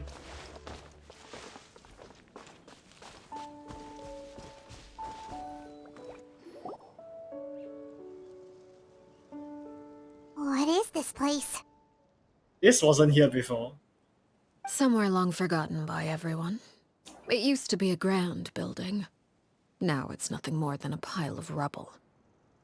No one comes here anymore. Nor does anyone care about what once happened here. Although, this place does have something to do with the story I'm about to tell you. It was before I became a Harbinger, and before Linny and the others joined the House of the Hearth. Due to certain events, I first killed Clairvy and then her mother. And this is where it all happened. Oh shit. You were the one that killed Clairvy? Patience now. Allow me to explain Clairvy's side of the story first. I'll start from the beginning. Clairvy was 6 years old when she was brought by her mother, Crucibina, to live in the House of the Hearth. From the outside, it seemed like a fairy tale. A thriving family made up of kind adults and friendly children. Crucibina was the knave at that time, and the House of the Hearth was under her control.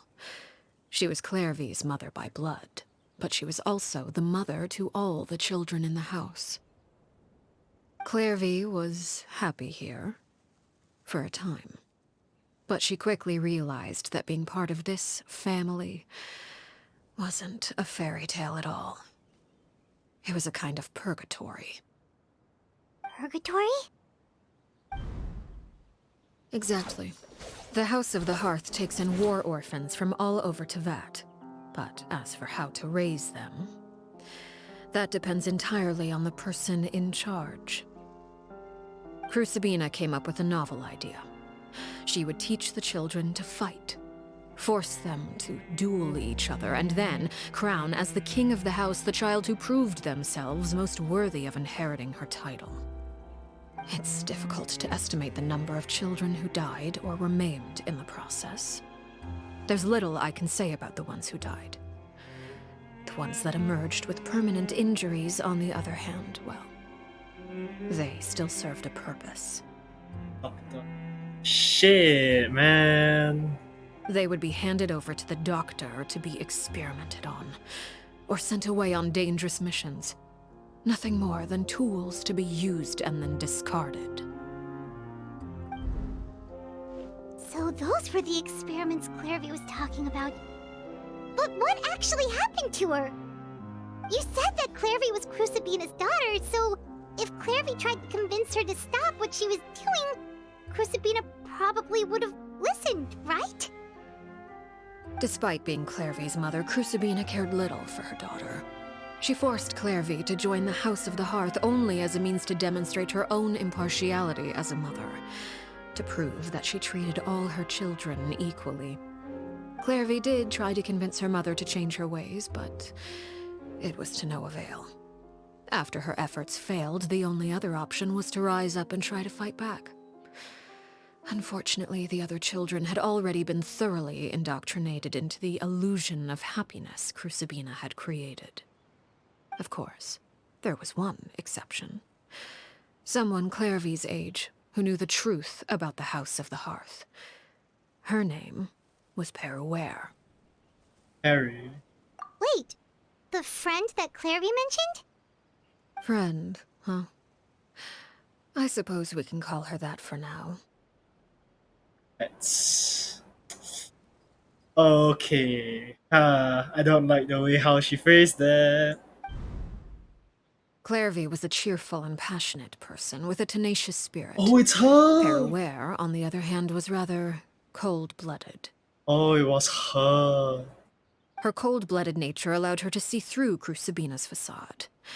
Yet, it was also this cold-bloodedness that prevented her from acting against it. At least at first. While Clairvy longed for freedom, Peruere was convinced that, amid all the fighting and violence, she would make it until the end. Despite their differences, the two became fast friends, united by their knowledge of the truth. Clairvy told Peruere that she hoped to create a real family, where no one would be killed or sacrificed. There may have been a certain naivete to her ideas, but Clairvy proved her determination many times over. She tried countless times to run away, ask for help, or expose the truth. But her efforts only earned her beating after beating. The only thing that kept her going was her strength of will. Even with her body racked with pain, she would still stand on her tiptoes and open the window at night. She and Peruere would look out at the moon together, a fierce longing for freedom shining in her eyes. But one day that light simply vanished. Oh no. What happened? Her hopelessness resulted from a culmination of things. 10 years had passed. 10 years worth of failure after failure. She and Peruere weren't children anymore, but finding any chance to escape still seemed as hopeless as ever. It was during this time that Peruere suggested a new plan. If escaping was out of the question, why not take down the very person sitting on top of this throne of lies? Mother herself. Clairvy rejected that proposal. She claimed that, as a famous harbinger, Crucibina possessed an unimaginable amount of power. Trying to kill her would have an incredibly low chance of success. Clairvy never gave another reason, but Peruere could see it written all over her face. Clairvy still thought of Crucibina as her mother. Killing her own flesh and blood was a line she couldn't bring herself to cross. If she couldn't escape and fight back, then only one option remained. Precisely. Death was the only way that she felt she could be free. It happened during a duel. When she arrived at the dueling ring that day, her partner turned out to be none other than Peruere. The very person that had stood by her side all those years. It was a fierce battle. But ultimately, Clairvy decided to let Peruere end her life. From that moment on, Peruere's journey was one written in flames. When the rain finally came and washed it all away, there she stood, the sole victor in Mother's endless game of slaughter. A trail of corpses strewn across her path to success. It was the very result she had predicted 10 years prior. Even then, she believed she would make it until the end. She wasn't surprised by the fact that she emerged as Mother's undisputed heir. Rather, her success left her with an inexplicable sense of restlessness. She was unsettled, and there was only one thing that could quell that sensation. Perhaps you two would like to take a guess as to what it was? Oh yeah, killing Colin. Crucibina, you mean? Oh, Crucibina. But... Correct. This is the place where Peruere killed her best friend. A mere year later, this is also the place where she fought tooth and nail to kill the mother they shared.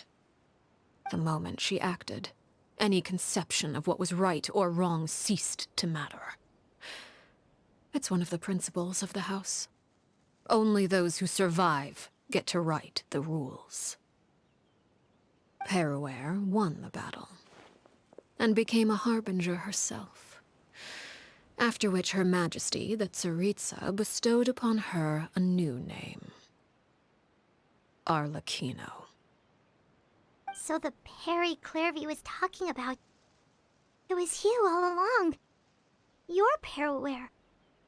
Arlecchino is just a name you got later. I left that name behind long ago. I must say, hearing it now does bring back memories. After I defeated Crucibina, the moniker of Mother died with her. I chose to forego the title she called herself, and even chose to give up my own name. I rebuilt the House of the Hearth under a new identity. Not only as Arlecchino, but as father. And that is where the story ends. Any more questions? Yeah. Based on what you just told us, Clairvy wasn't a little kid when she was killed. So the Clairvy we met Was she really a spirit at all? I suppose you could call her an illusion born of flame. Her existence is like ashes to a fire. Something left over in the wake of blaze and ruin. So your memories can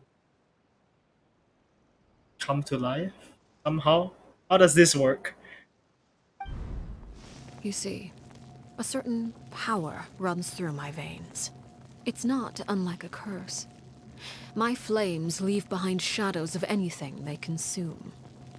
Of course, the chances of those shadows morphing into a sentient entity are exceedingly slim.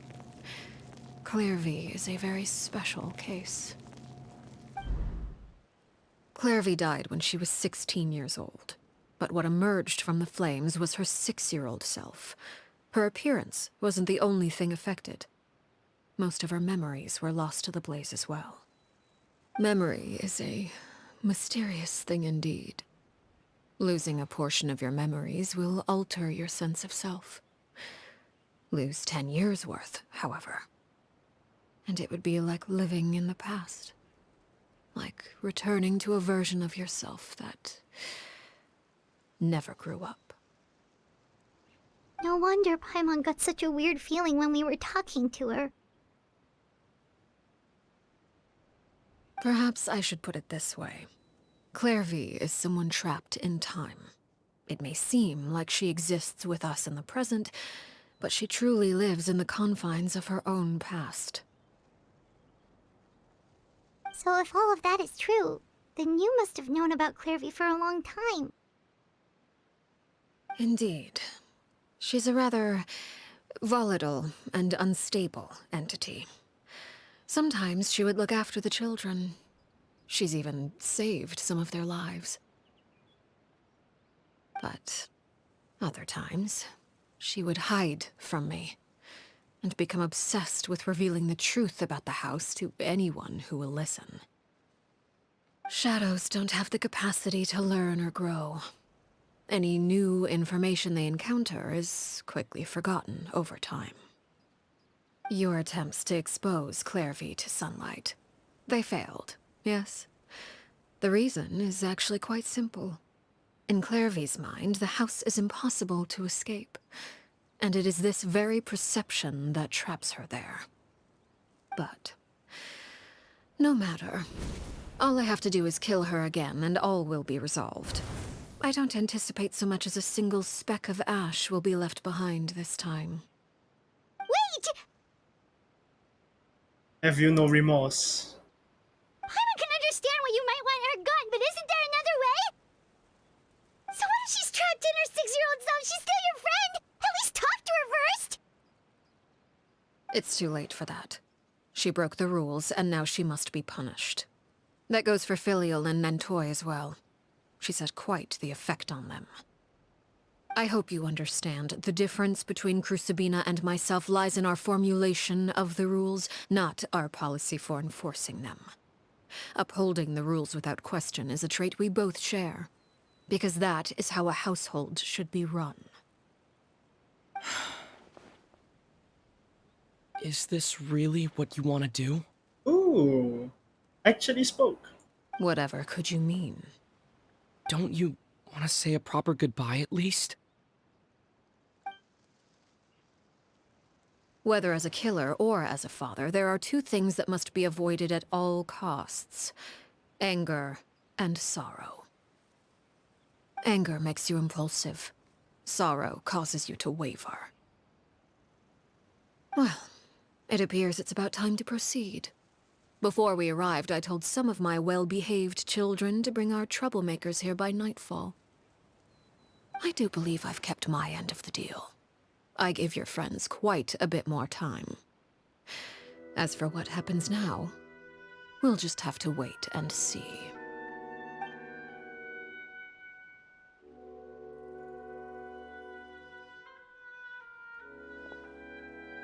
Here they are, Father. You gonna execute him? Seeing something like that would actually be a first for me. Lenny! I'm sorry. I heard about how you helped buy us more time. But I still failed. I couldn't find a way to fulfill her wish. Huh? Are you... Perry? Indeed, it's been a while, Clairvy. Perry! Shh. Stay right there.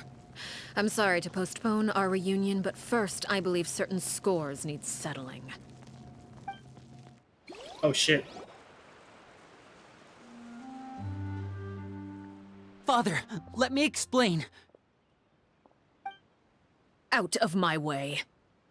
Father! You chose to conceal a threat to the house. And for that, you must be punished. Overall, however, I suppose your wrongdoing is hardly the most egregious of the bunch, so I'll deal with your punishments later. As for right now, the more pressing concerns are the traitors among us. By traitors? Do you mean us? Father, let me explain. We didn't mean to... Fultz, why don't you share what you heard? Yes, Father. Secret Midnight Meeting number 3. Participants, Filial, Nantoi, Sato, Toddy. Nantoi clearly said, if only Father wasn't the one who took us in. Sato added, I'm sick of this life. I just want to live as a normal person. A rat. Filial was the worst of them all. She called us crazies and said a bunch of mean things about Father. I did not! You're lying! Fultz is trying to frame us. It's not like I'm the only one who heard those things. After that, you and Toddy and a bunch of other people started talking about Clairvy. You were using all those things Clairvy brought up as an excuse to question Father. We're birds locked in a cage. The only way out is to destroy it. That's what you said, wasn't it? You little... You just want me gone, don't you? What did I ever do to you, huh? And you, Sheplo, have you forgotten who stood by your sickbed, watched over you, and changed your dressings? Come on, let's hear it then. What's your reason for all this?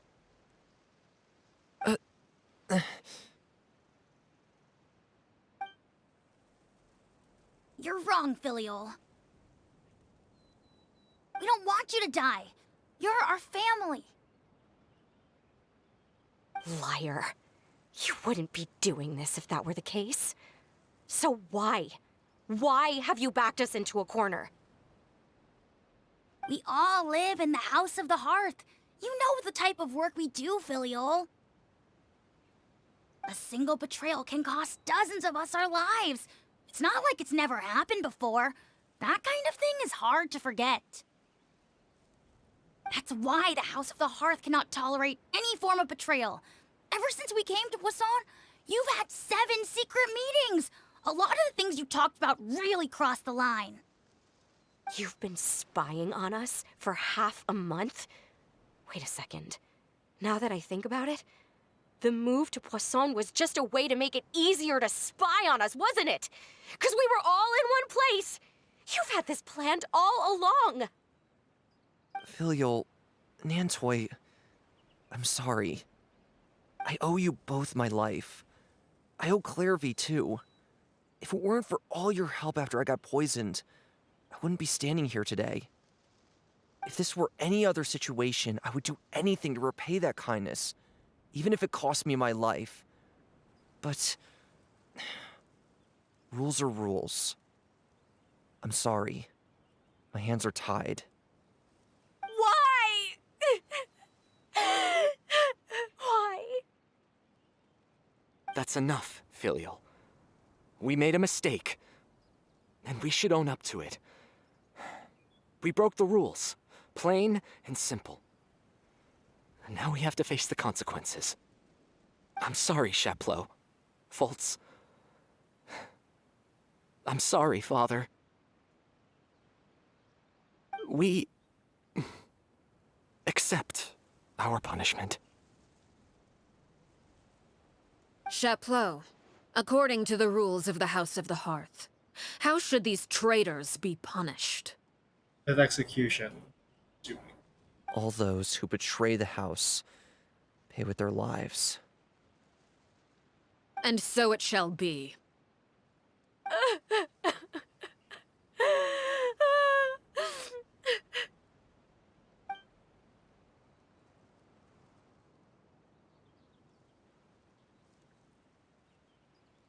Father, please wait! Something you want to say, Linny? Please reconsider, Father. What Filial and the others did, does it really count as betrayal? We all come from broken families. From the very first day we joined the House of the Hearth, we wanted nothing more than to make it a real home. But the truth is, none of us know what a real home should look like. I'm not saying I have all the answers. All I know is this. Killing Filial and the others may uphold the rules, but doing so will only bring us further away from being a real family than we've ever been. So please, Father, please, reconsider. I agree with Linny. Father, please. Linny, you... I also agree with Linny.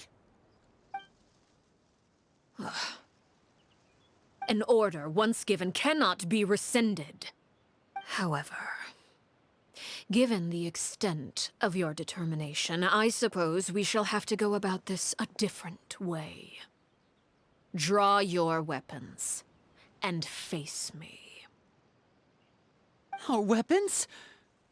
Father, are you referring to a duel? Precisely. The rules of the house will not be altered. Traitors must be punished. However, resolving disputes with a duel is also one of our rules, one that also applies to me. Demonstrate a sufficient showing of strength, and I shall offer a concession. Wait. Beat Father in a duel? Impossible. Father is way too strong, even for Lenny.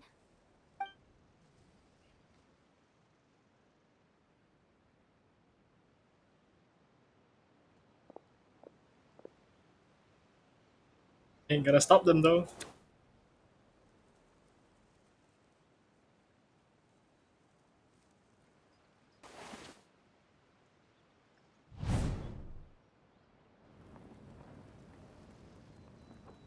Did you hear that, Traveler? Okay, why are we standing in the center of all of this? Lenny and the others have to duel the knave. What should we do? Can they really win something like that? If they lose, those people from the house are really gonna be executed. Hey, are you listening?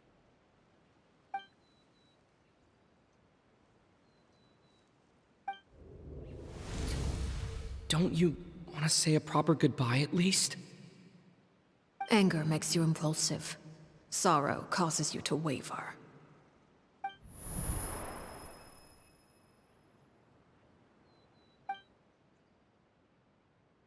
Oh. Looking at that expression on her face, she seems really serious about this. Guess that means there's no chance she's throwing the duel on purpose, huh? When guests are around, families are often on their best behavior. And any disputes are less likely to escalate. When the time comes, make the choice that you deem most appropriate in the situation, and lend your help to the House of the Hearth. You see, allow me to help. What's wrong, Traveler? Hey, where are you going? Ooh, position. Traveler? You're asking to join the duel against the knave? I'll allow it. We do have a ready-made dueling ring at our disposal, after all. All I would advise is this. Keep a firm grasp on your weapon, and give it your all. Any less, and you may just lose your life. It's here. It is now. Let the world collide! Teamwork is my turn dreamwork! As one with wind and cloud. Now that's more like it. Settle down. Now's our chance. With the fall of darkness, destruction shall rise. What did that do? Have a taste of purgatory.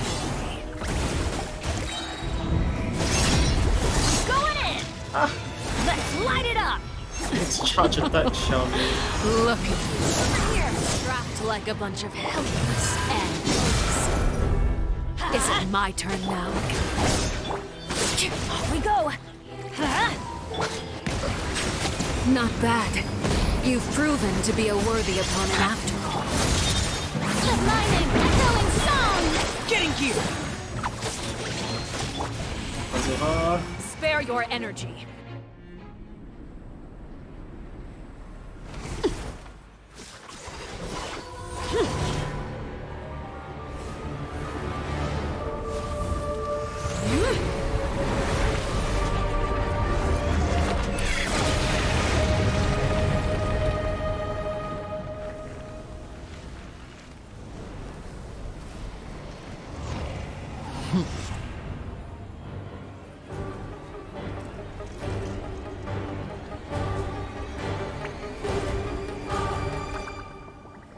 Okay.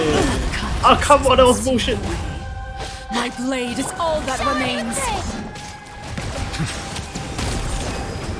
An oversight on my...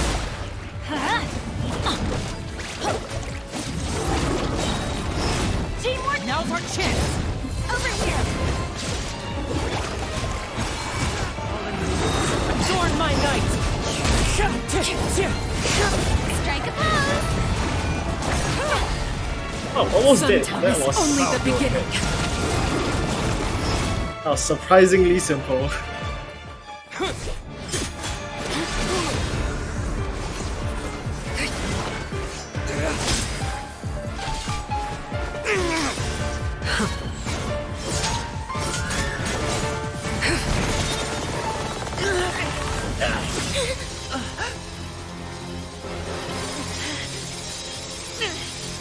You should know better than to crowd in one place.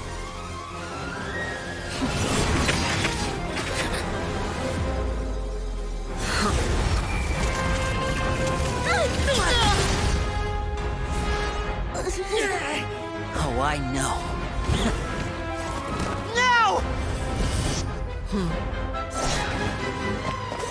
I'm sorry, Father!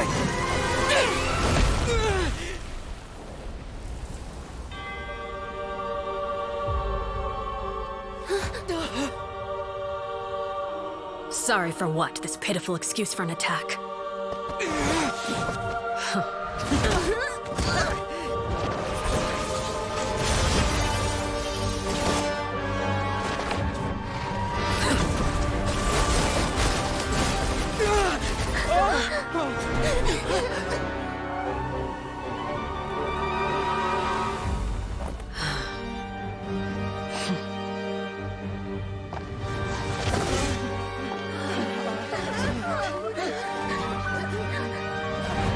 Father, no!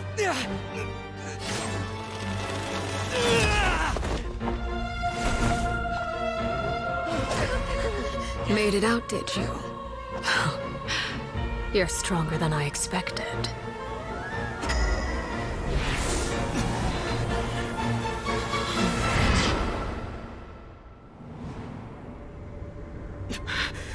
A crimson moon? I can't move.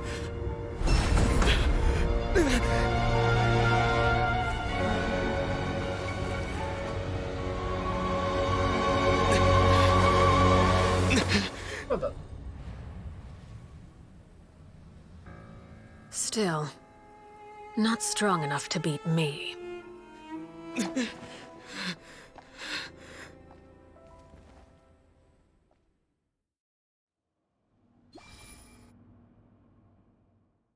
Damn.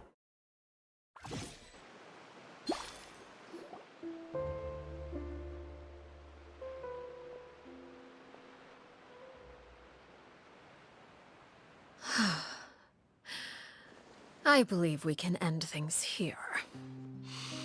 It's not often that we get to enjoy the company of guests, after all. We wouldn't want things to get too out of hand.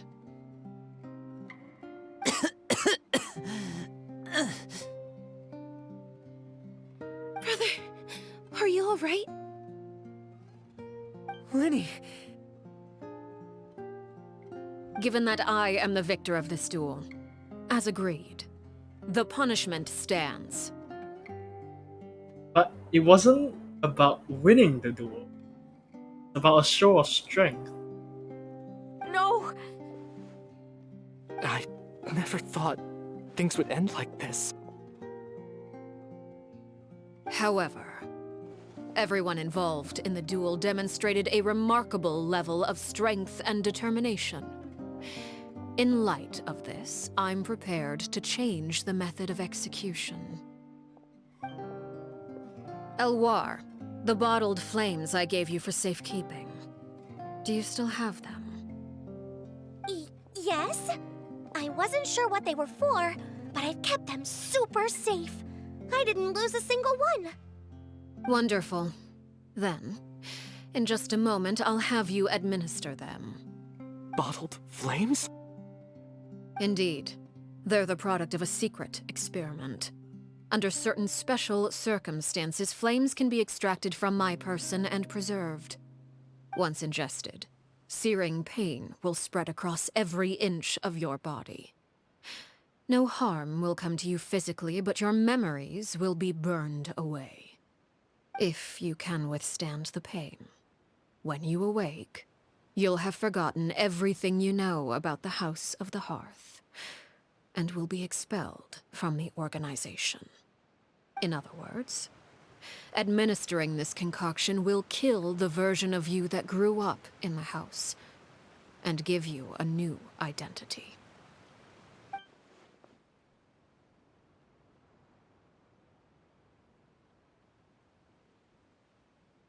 It's the scar, bro. Memory is a mysterious thing indeed. Losing a portion of your memories will alter your sense of self.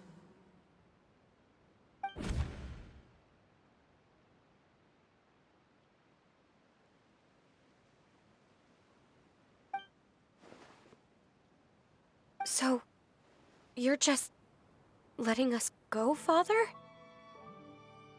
You misunderstand. Memories are extremely important. Once consumed by flame, the version of you standing before me will die, and our secrets will die with you.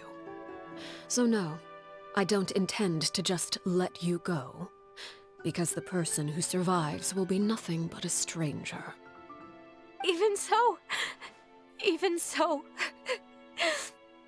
I won't have to live in fear anymore. I'm sorry, Father. I'm sorry I let you down. But I really... Don't cry, Filial. You haven't left the house yet, so there are still rules to be followed, yes. Remember what I taught you. Anger makes you impulsive, sorrow causes you to waver. Don't let yourself be controlled by your emotions. Actually beautiful. Of course. I'll remember. Dry your tears, and go pursue the life you really want. Yes, Father. Chaplot, Foltz, Elwar, take them back to Poisson. And bring Linny and the others as well. I prepared 3 extra vials of bottled flames. As for whether to take them, the choice is yours. Goodbye, children. The next time we meet, I will no longer be your father. Thank you for all you've done for the house. I hope you have bright futures ahead of you.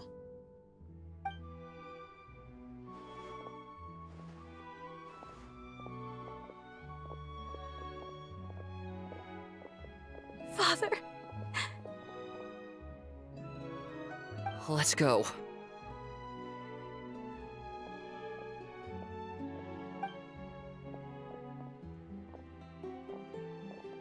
Here, grab my arm, Linny. I'll help you walk back. Thank you.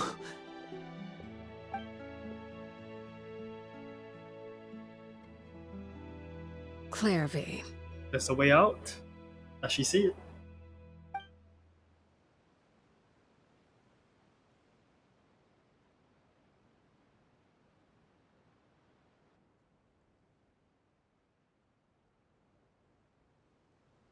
Can we talk now? I've been waiting for a super long time. You really are Perry, aren't you? I haven't seen you in so long. How come you're all grown up? Wait, did I somehow travel to the future on accident? Or am I dreaming? What a long dream. Neither. You died, Claire V. That's what happened. You could have at least sugarcoated it a little. Look, she's so speechless. Oh. Okay then. She was oddly accepting of that. Huh? That's it? You accepted it just like that? Yep. If that's what Perry says happened, then I believe her. Perry wouldn't lie to me. Plus, I don't really need to know why I'm like this. I'm more curious about what happens in the future. If you're a harbinger now, Perry, that means Mother is gone, isn't she? Can you tell me about it? I want to know what happened to her. And to me. You never stopped trying to defy fate.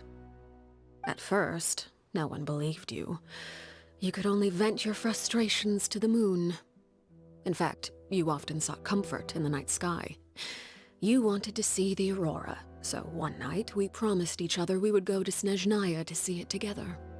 Later on, you tried to run away, but you were brought back each time. Mother spared your life, but it wasn't out of kindness.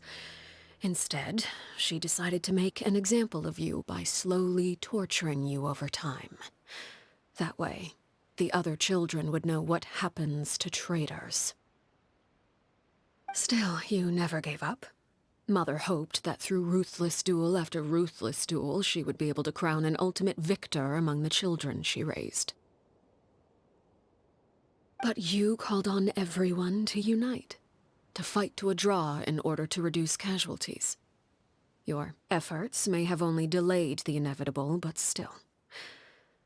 You gave them hope. You tried everything you could think of, but every attempt ended in failure. Still, you never turned your sword on Crucibina, and you never turned it on me. On that gloomy day, you told me, "For the last 16 years of my life, I've done everything I can to fight for freedom. But now, I realize that the only freedom I truly possess is the freedom to choose to die." I never imagined I would say something like that. I must have been feeling really worn down. But somehow, I still think I understand. According to Mother's plan, only one of us was going to make it until the end. And I always hoped that person would be you. If I could do it all over again, I still don't think I would make a different choice. Even when I first met you, I knew you'd be able to do what I couldn't. Is that so? Even now, I'm not sure I truly understand what kind of freedom you were trying to pursue. But as the head of the House of the Hearth, and as the children's father, I've tried to give them the most basic of freedoms. The freedom to choose their own fate. It's something I discussed with the Iudex of Fontaine. The children who want to leave the house will have their memories wiped clean of all secrets pertaining to the organization. In return, they will be allowed to live a normal life in Fontaine without being prosecuted for their past.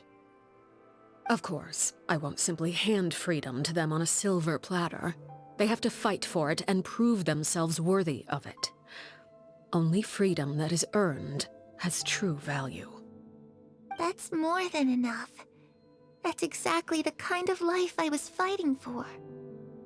You know, Perry, I think you're a pretty amazing king, and a really great father, too. I'm really happy that you're the one who took over the house. I guess I do have one regret, though.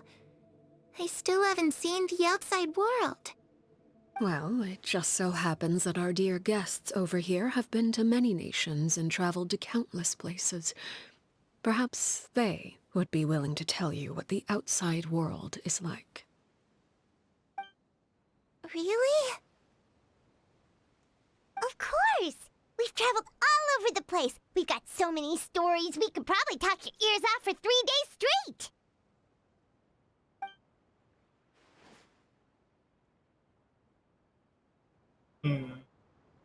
Let's start from the start. You know, I used to dream of being a bard. Playing the lute while singing into the winds of freedom. Even if there was no one there to listen, I would have continued to sing no matter what. And the place we went after that, yeah. Ah, that's where Mora comes from. I never knew that before. If I had some Mora, I would buy 3 new dresses. One for me, one for Perry, and one for Mother. It's just too bad Perry doesn't like wearing dresses. And Mother, well, she probably wouldn't accept something like that either. I guess I'd just have to keep them all for me then. I could wear a different one every day.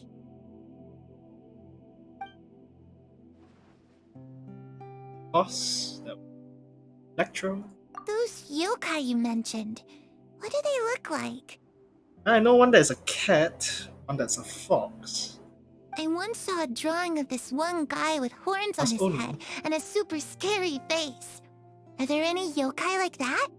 Yes, the one and only. Oh, sounds like you're talking about an Oni. Yep, we've met one, and let Paimon tell you, they're not nearly as scary as they look.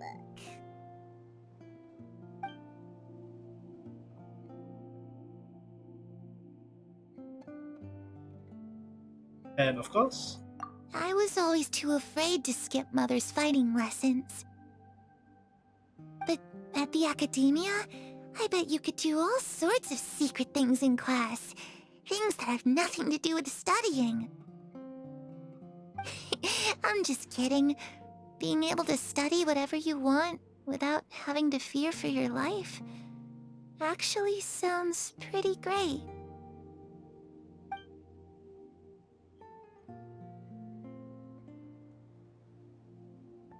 The situation was super dangerous. Lenny and Lynette were accused of committing a crime, and they were going to have to stand trial at the Opera Epicles.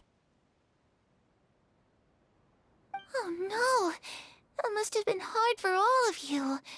What happened next? Don't worry, we were able to turn the situation around super quickly. All thanks to Detective Paimon, of course. and where did she get that?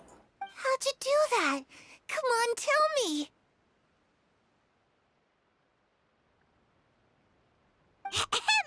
Okay, so it was like this.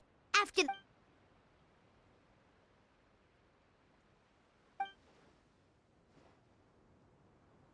Shadows don't have the capacity to learn or grow. Any new information they encounter is quickly forgotten over time.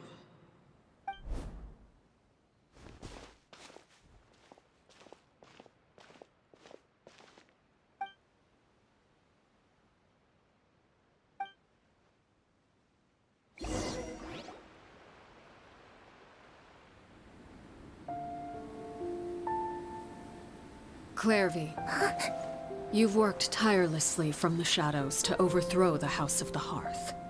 Now, by my authority as the Knave, I shall announce how this matter ends. You are hereby expelled from the House of the Hearth. You are no longer tied to this place, nor are you bound by its rules.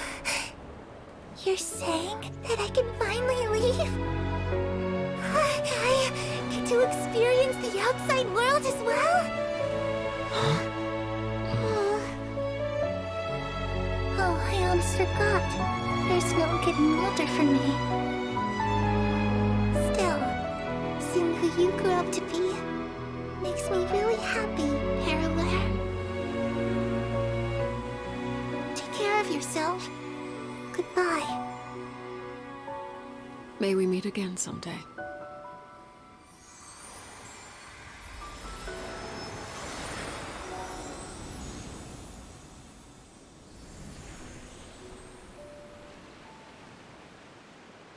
Clairvy. She left so soon. Paimon didn't even get to finish her story. I also have certain sentiments left unsaid. I wanted to tell her that the aurora I saw in Snezhnaya was just as beautiful as the ones in the pictures. But a shadow's memories reset at dawn. Had we delayed any longer, we wouldn't have had the time to say goodbye. Whatever regrets may linger, let them be lost to the coming of a new day. Father? It's Linny! Hey, Linny!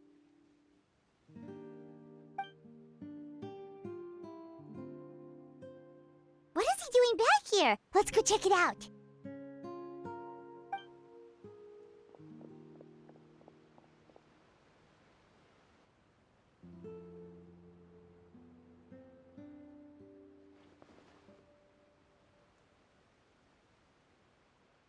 Father, the bottled flames have been administered.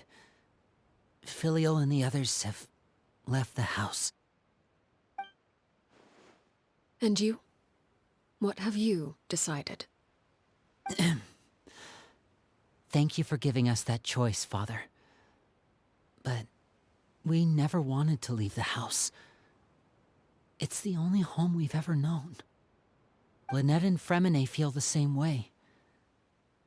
They're recuperating back at the Hotel Bouffe d'été. But I decided to come back and tell you where we stood.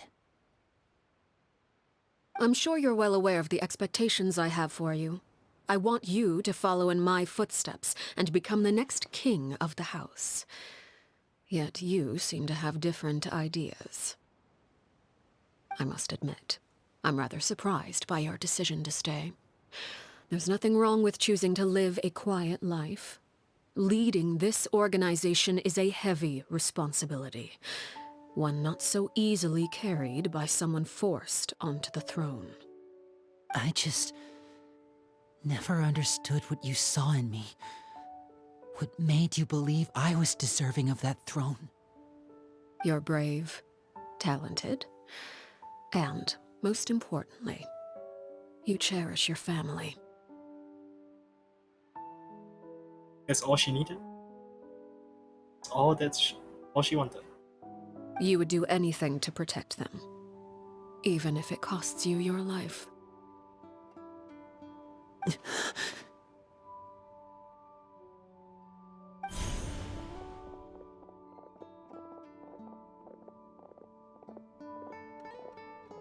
Speaking up back there was so brave of you, Linny. It's all thanks to you that we were able to convince Father to back down.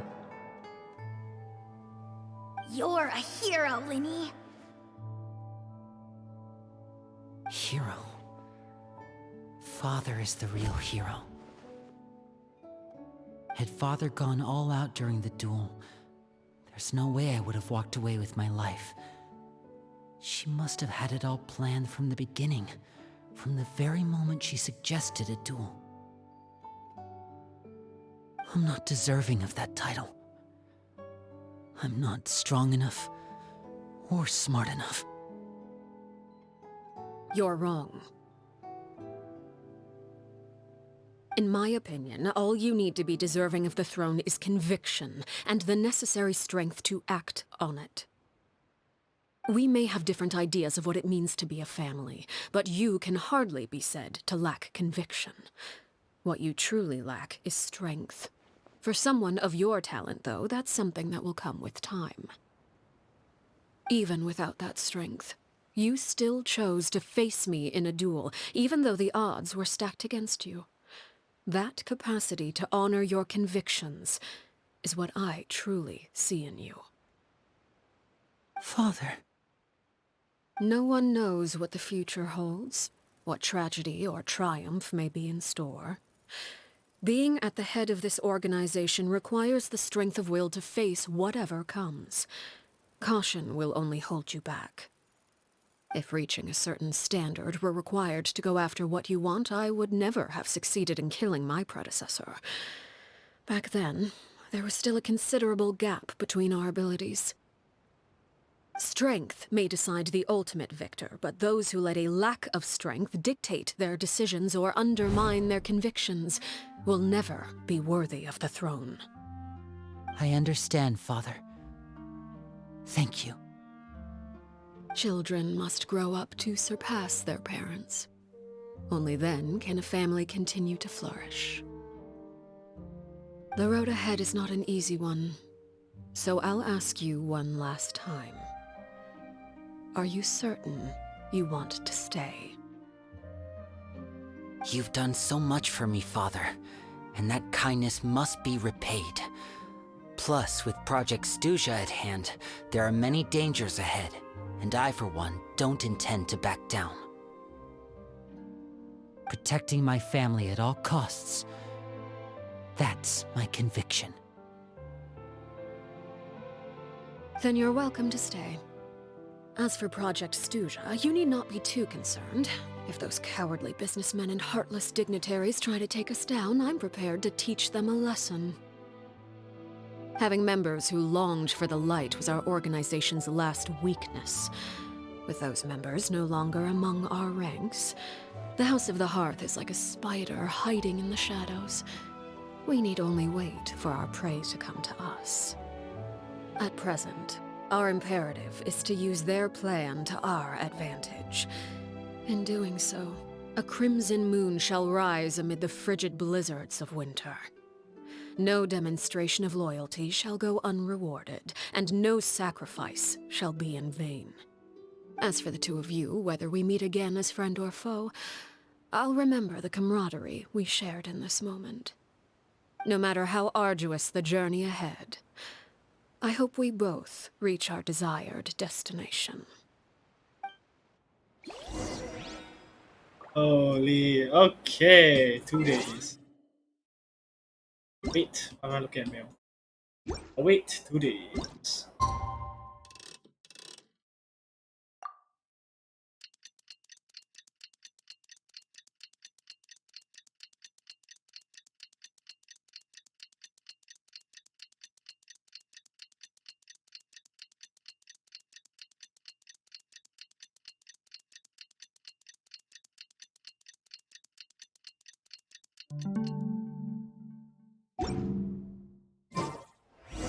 Didn't Linny say that Lynette and Fremine were recovering at the Hotel Bouffe d'été? Oh, Paimon wonders how they're doing. Maybe we should go check on them.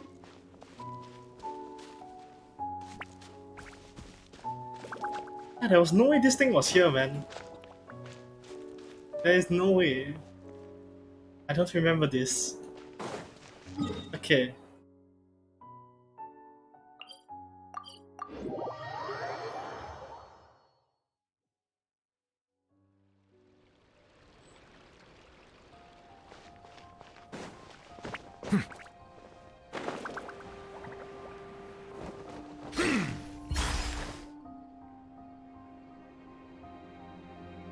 Lynette? Fremine? How are you feeling? Much better. Whew, what a relief!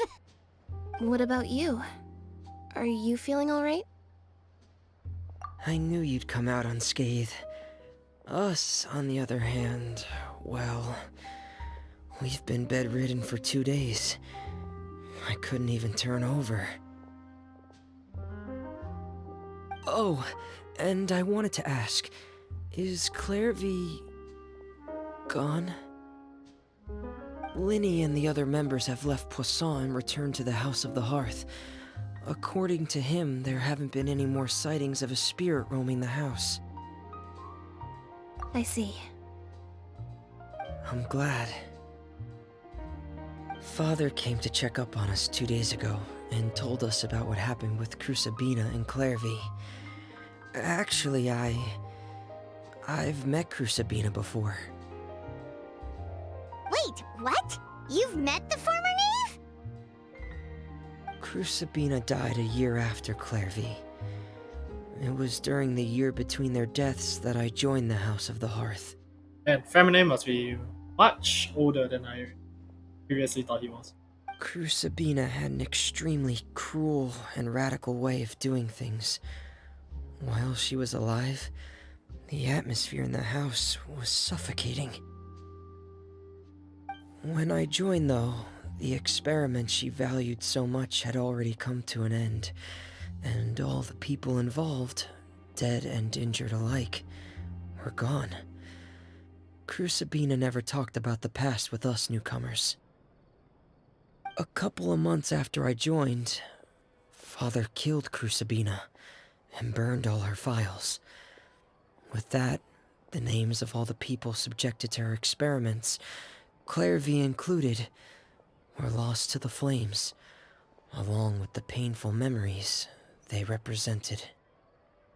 Father took in Lenny and me a couple months after that, but she never mentioned anything about Crusabina or Clairvy.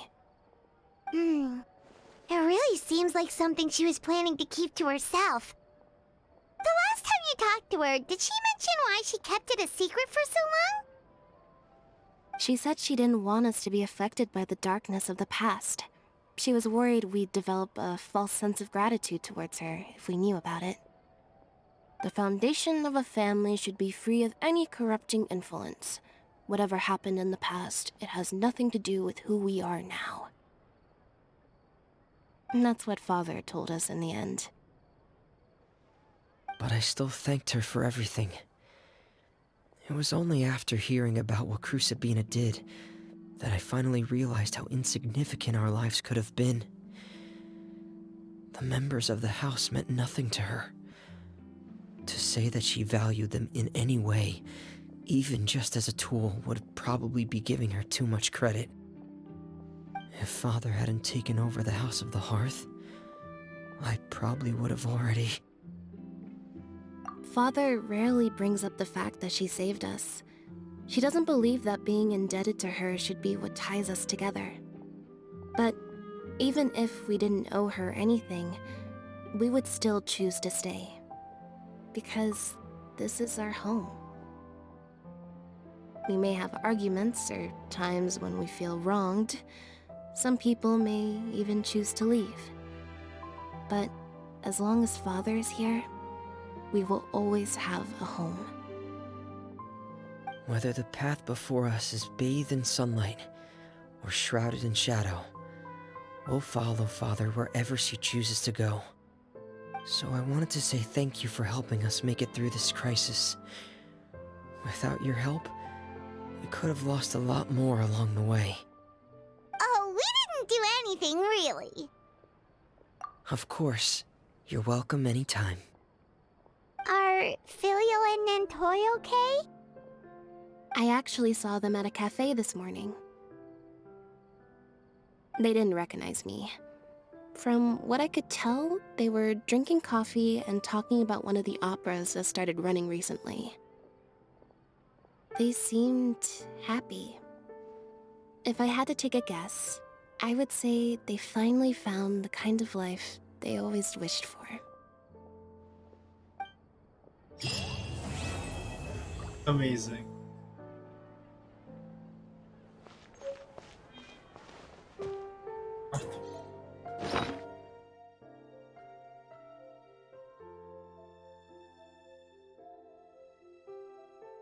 Man.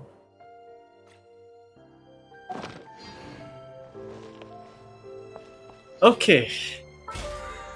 Before I continue, I believe that's where the new... Yep. It's a furious battle. The family endures.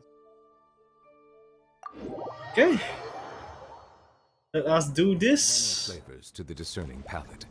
Mondstadt's water is crisp and pure, while water from Liyue has an enduring aftertaste. In Inazuma, the water possesses a depth of flavor unlike any. Okay. Let's try this again.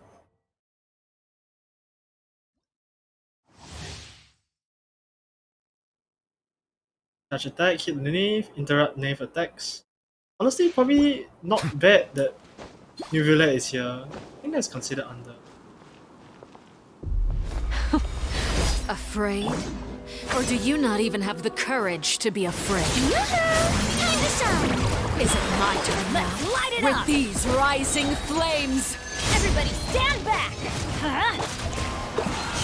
The tides beckon. Now that's more like it.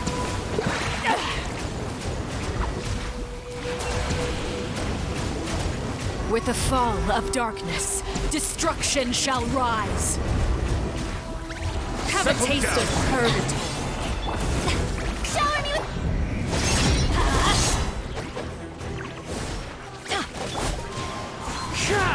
Teamwork is dreamwork! But mine is echoing song! Not bad. You've proven to be a worthy opponent after all. Spare your energy. Running is of little use. Okay, I've seen that before. God damn. My blade is all that remains. As one with wind and cloud, wind strike. Oh my god. Who's next? Okay, that was a lot of damage. That I was not ready for at all. Okay, well, this is fine, right? Oh my god, Furina is low as well.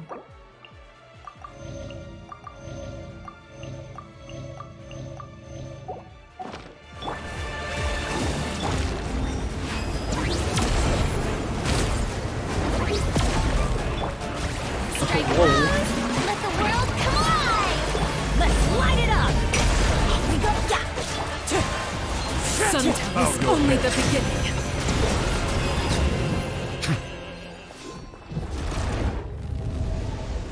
Cool.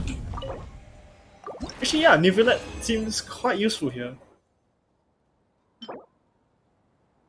Fading candle. Cool. Okay, with that, story ends. That's actually quite cool. Cool location too, honestly. Okay. We've come to the end of the stream. Amazing. I still have a new region to explore. So yeah, for now, adios.